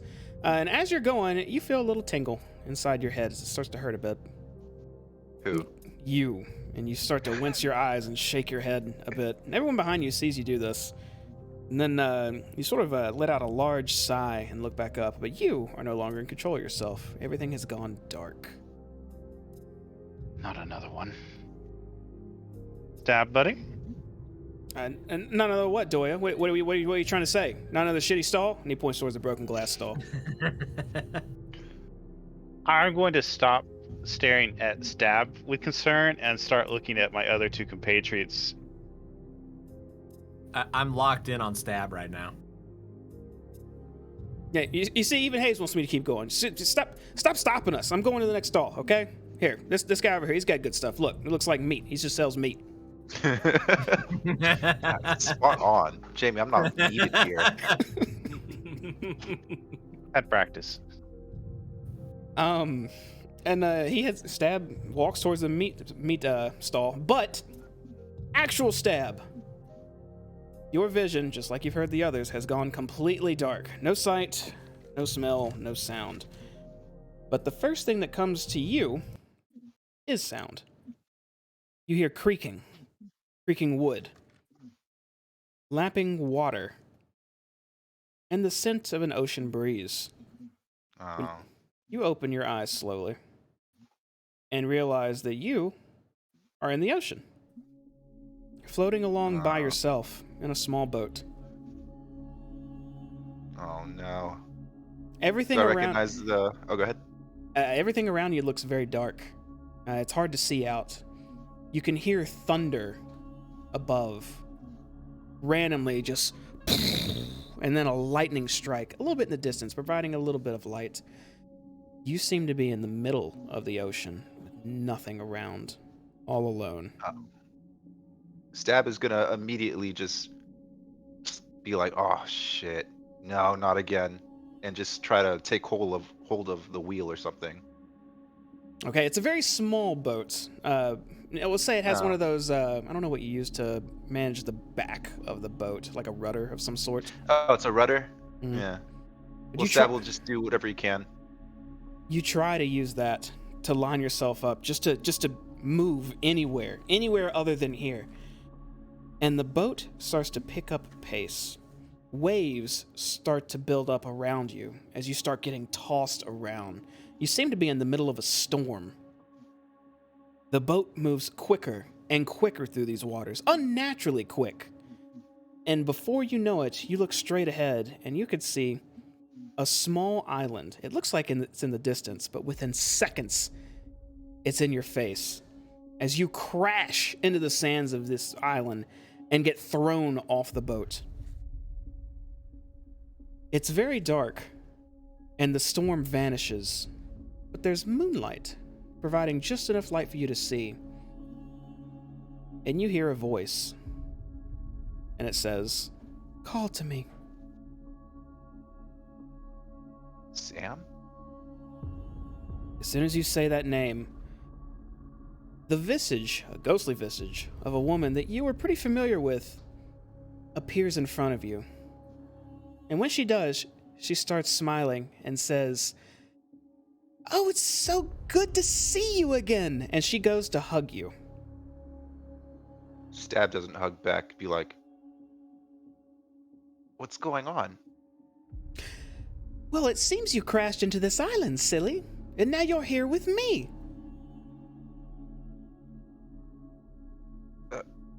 You can't be. This isn't right. Oh, and she kind of frowns a bit and puts her hands on her hips. "It's not right. You promised to take me out on a boat. And now here we are, and it's not right. Really?" I did. Are you okay? Stab is gonna like start touching her to see if she's actually like in the flesh. Your hand passes right through her. And then she Oh. smiles and looks a little bit sad as she shakes her head and says, "Well, no, I'm not okay. You promised me a nice, fun voyage out on the open sea, and we'd be returning by the time the sun set. But you got lost. We were lost for so long, weren't we, Stab?" We were. "I don't Sam? remember the end, but I think I may have passed before you. I think at that point you may have used me to survive, right?" Sam. I didn't have a choice. I didn't know what else to do. "Dreadful, dreadful, dreadful," and she wipes her head as she walks away, sort of being a bit overdramatic, and says, "You take a girl out on the open sea, only to get lost and devour her. How terrible! Why, Stab? Why didn't you take any of it seriously?" I'm sorry, Sam. I thought we were just having fun. I didn't really know what I was doing. "Well, you could make it up to me," as she starts approaching you again, and says, "I'm in need of sustenance now. Would you give me your arm?" Okay. She smiles, and a knife appears on the ground in front of her as she disappears. You don't have your weapons on you or anything else than your basic armor, but there's a blade laying in front of you now. Stab picks up the blade. And he just looks at it. And he's kind of second guessing whether he should do it or not.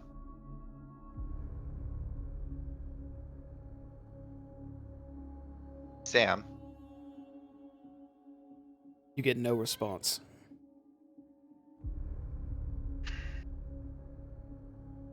I'm sorry. And if this will make you forgive me, I'll do it. So Stab just starts. He goes for his right arm.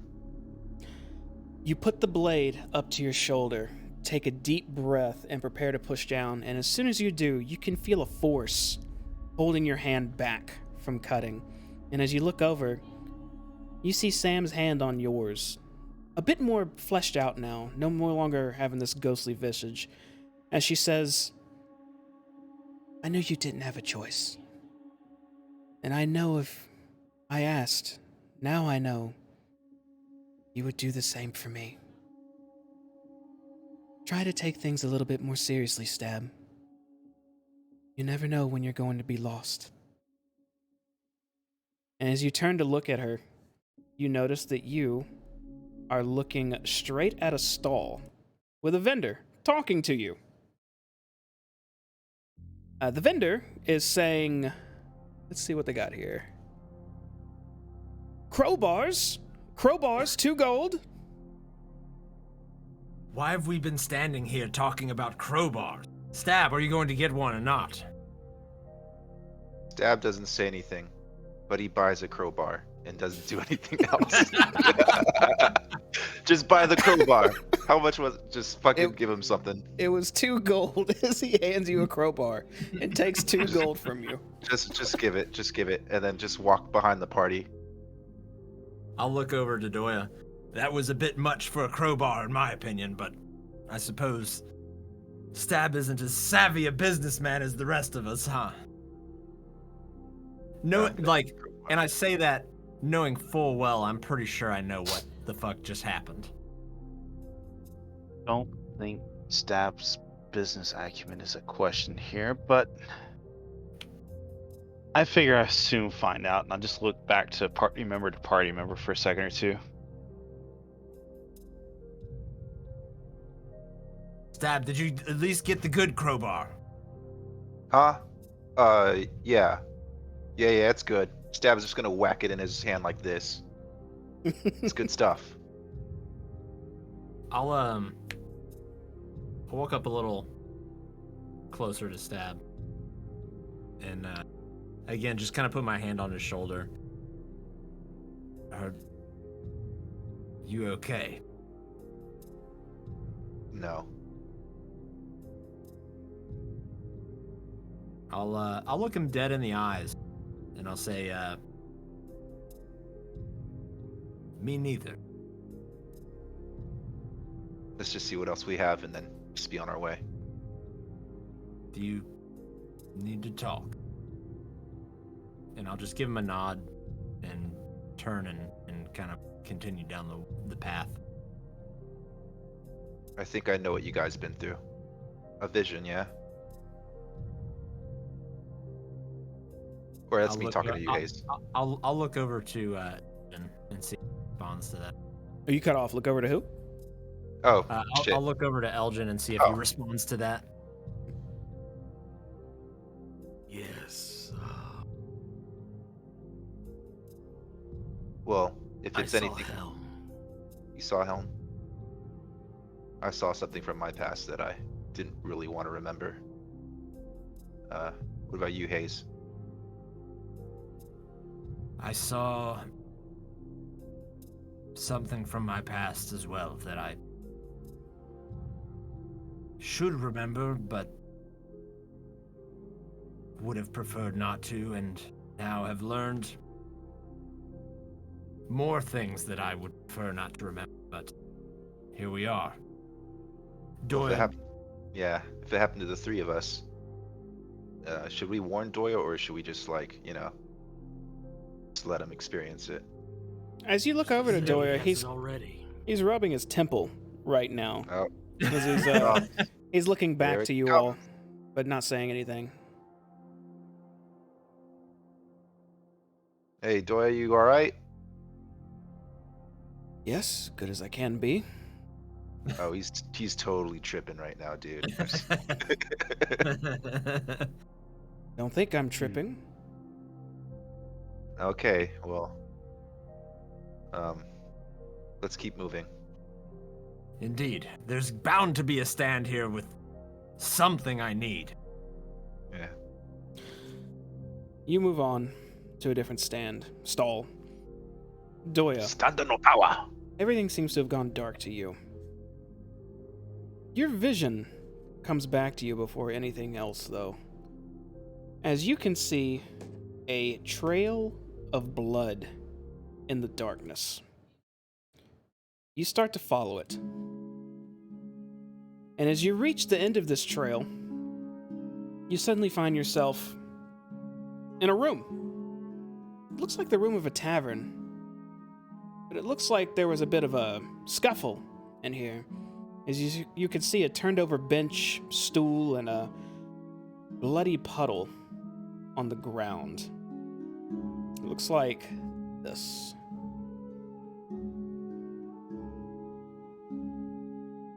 There's a bed in the room next to you as well as it looks like what could be a nightstand with a little bit of flour on it. And you can hear a voice coming from the bed. It seems to be sitting on it. And it says, "You came when you heard what happened to me." I was already coming. But it was too late. It was. It was too late. Do you know why what happened to me, Master Doya? Because you felt we weren't doing enough. It did feel that way. You know who trained me, Master Doya? You weren't ready. I wasn't ready. The figure looks away a bit and just kind of half smiling and looks back up to you. Are you facing him right now, Doya, or are you looking away? Straight on. Looking at him straight on, you can see clearly that this is one of your pupils, one of the ones who wasn't too into druidcraft and more of the bow and arrow type, as you stare at the young Merrick sitting in front of you with a gaping wound in his chest and blood even pouring out right now as he sits there. He says to you, oh, you go ahead. Are you here in Avernus? I wouldn't expect it of you. I'm here where I died, with you, Master Doya. A ranger who followed your teachings to a bit. Your teaching of acting alone in your best interest. Your teaching of making your own decisions, not relying on those around you. Your teachings of doing what you think is right without thinking of any consequences. And look where your teachings got me.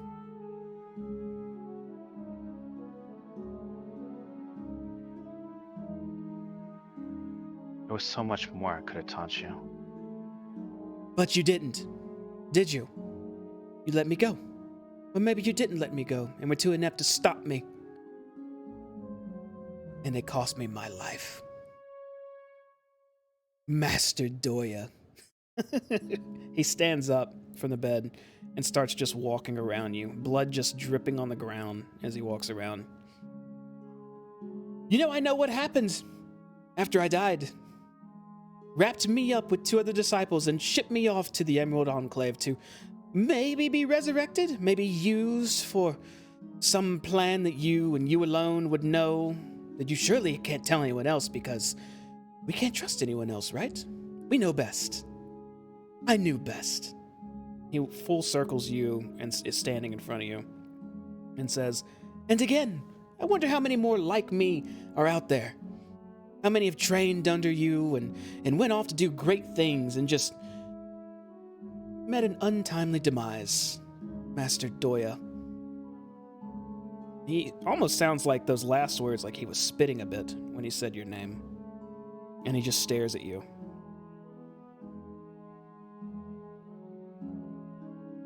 Probably hundreds.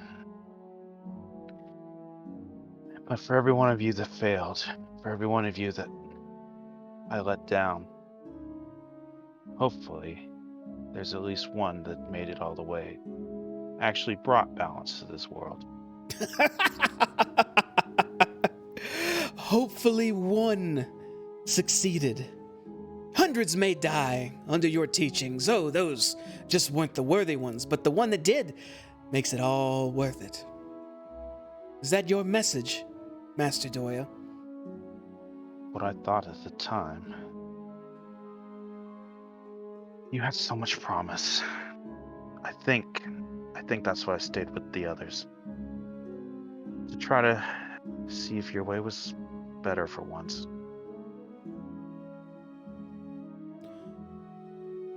You put your faith in me. Did you think I was ready? I knew you weren't. Why didn't you stop me? I didn't know, not until it was too late.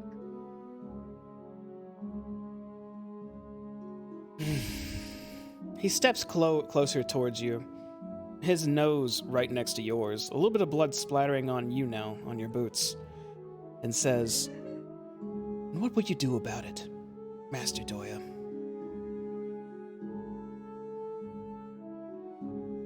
I think it's time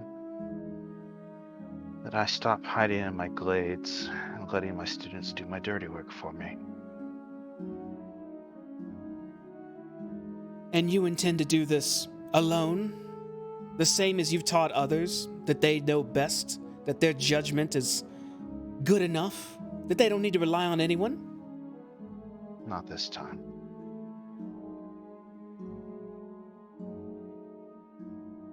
He steps back a bit and sits back onto the bed and says, "The men you travel with now are the same ones that I traveled with once. You knew that. They were... They left you to die. But I don't think they meant to. I made the choice to stay on my own, Master Doya. The same choice you would have made, because you knew best, and I knew best. I didn't rely on them. I should have, and I didn't. Will you learn, Master Doya, that not everything can be done on your own? That you don't always know best? That sometimes you try, and you end up with me?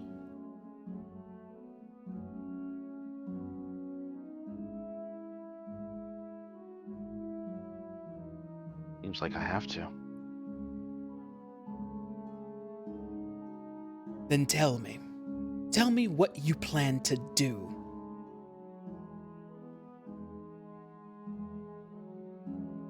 Support the others. Maybe even lead them if they will it. Although, maybe this time I should just follow. He stands up once again and gets up in your face, but this time places a hand on your shoulder and says, "I followed your teachings, and I always thought they meant that I should be my own individual, always. Follow my own ambition, my own thought process, my own decisions. But I know that part of the blame lies with me as well. I could have relied on them more. I didn't. Here I am. Don't end up like me, Master Doya. Do better for others. And know that your team is one step away from being your family." He lets go of your shoulder and takes a couple steps back as the room starts to dissipate all around you. And then he starts to just slowly just vanish from your sight. As you blink, you find yourself behind your group, walking in the market still. Stab would be waiting for a come to of Doya, because he kind of put pieces together. The entire time all of you were staring at Doya, he was actually asking questions, such as, "Why are we not going to the next stall?" To just stare at me, fine. I'm fine standing here. Just basic comments like that. Until you see him blink multiple times and look at you as if he just arrived. Hey, buddy. You back with us? Failed him. Failed who? Don't give me that line. You already know who. I mean, which one? No, I'm just kidding. I know what you saw was terrible, but hopefully you learn from it and you just get better. I think you may be right. You... you saw Merrick. Not entirely as I last remember talking to him, but for the most part, yes.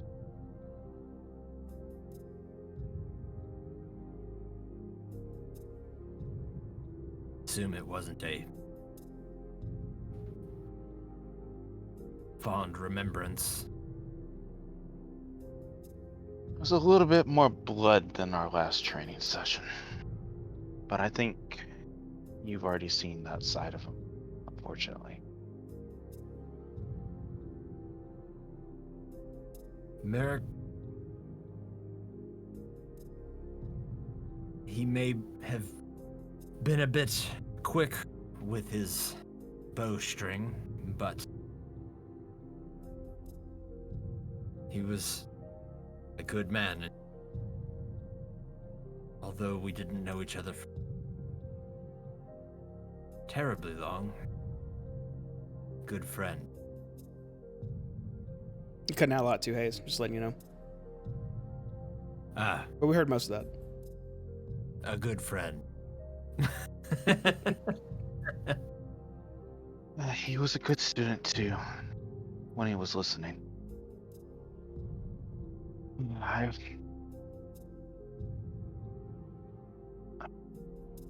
blame myself. He wasn't ready. But when people need you, rarely are you ever ready to connect with them all the way. Merrick's decisions were his own. I saw him perform marvelously in combat. His death is not on your hands.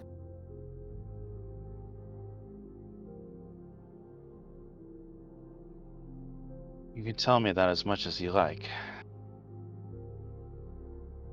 But I think we all have our own demons that we'll have to live with. I think the more apt term in this case would be devil, but the point still stands.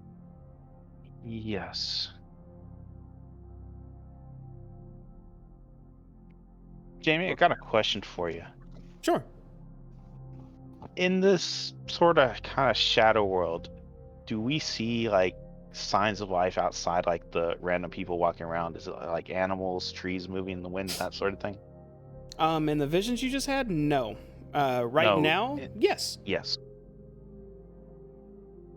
Thank you. You also, Elgin, you feel a tugging on your gauntlet. I'll look down towards it. When you look down, you see a small boy looking back up at you, and he asks, "Is there anything you're looking for in particular?"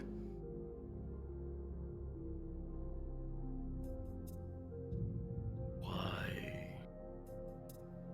Possibly. And I'll how tall how what's the height of the child? Comes up to his head comes up to about your waist. Okay. Then I'll kind of kneel down so that I'm eye level with them, and I know this is going to sound crazy,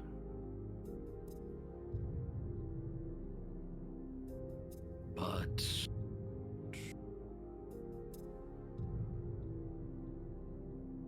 would you happen to know who could craft me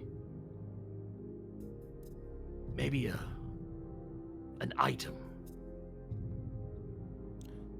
The boy shakes his head and looks up at you and says, "I'm afraid only most general store items will be found here, but I can take you to where you'd want to go to get something from one of them.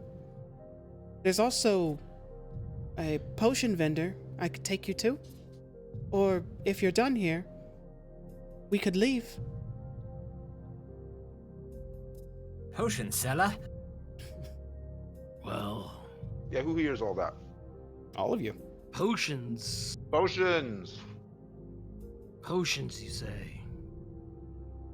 The boy nods Lead me to them. and says, health potions. Lots of them.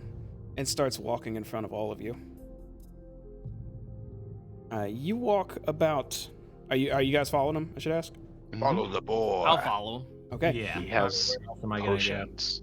You all follow him for about 2 minutes, walking past stall after stall after stall, until you finally arrive at one loaded with just small tinctures and vials of some sort of red liquid. As the man at the counter says, potions, health potions, health potion. He just keeps saying it over and over, and the boy motions towards him while looking at all of you.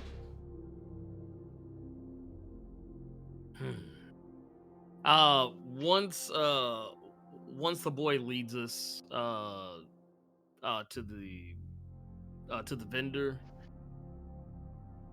I'll kneel back down towards him again. And this time I'm gonna hand over 2 gold pieces to him. To the boy? Mm-hmm. Okay. He takes the 2 gold pieces, holding them in his hand, and he just keeps holding them up. And then he just looks back up at you and says nothing. Now I'll just say, thank you. He then responds, I'll be waiting when you're ready to leave. And he just takes a few steps back and just keeps staring at all of you.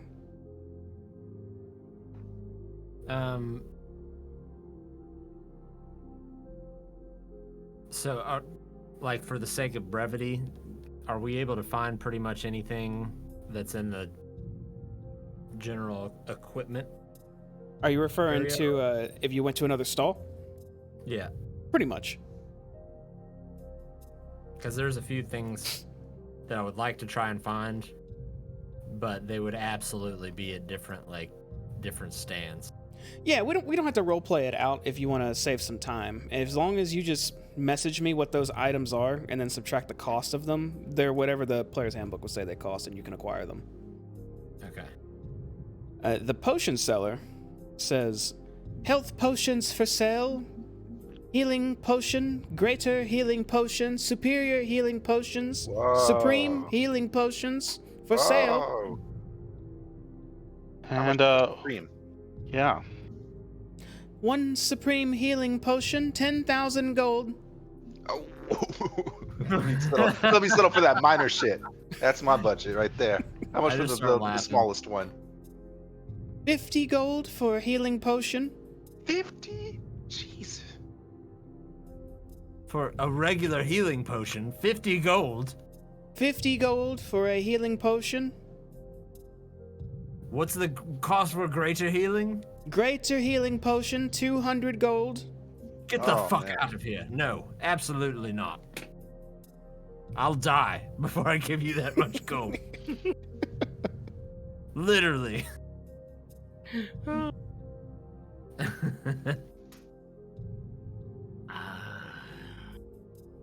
And the same with all the rest of you. If there's something you want specifically, we could save some time. Unless y'all just want to visit another stall, let me know. Otherwise, it's just pretty much everything you find in a general store. Shit. No, I I'll get that. send you a message with the few things that I wanted.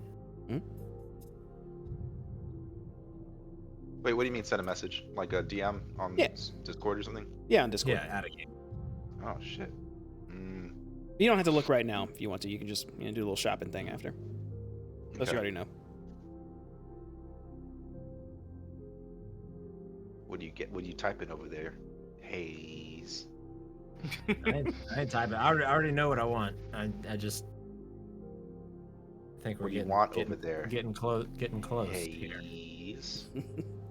I think, we'll go over what everyone bought. Because I assume you're traveling together to each of these stalls, and none's going to be secret. So I'll tell all y'all what everyone bought afterwards. Just basic general store items.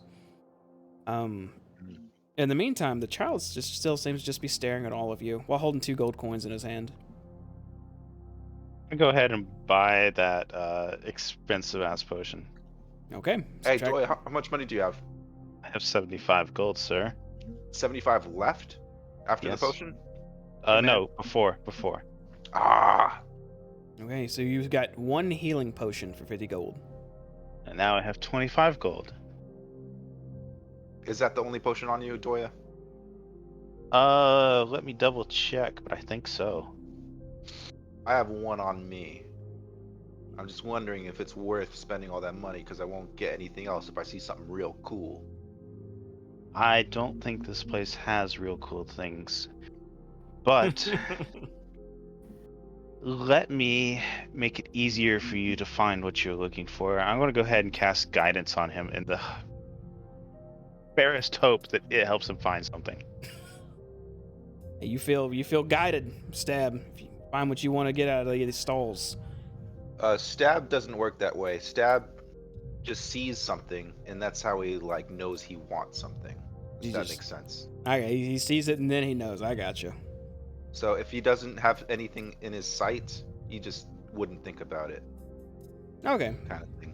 In that case, Does that make sense? yeah, that makes sense. So you continue on to another stall, and the rest of your group just follows along. You go from stall to stall, kind of trying to find something interesting.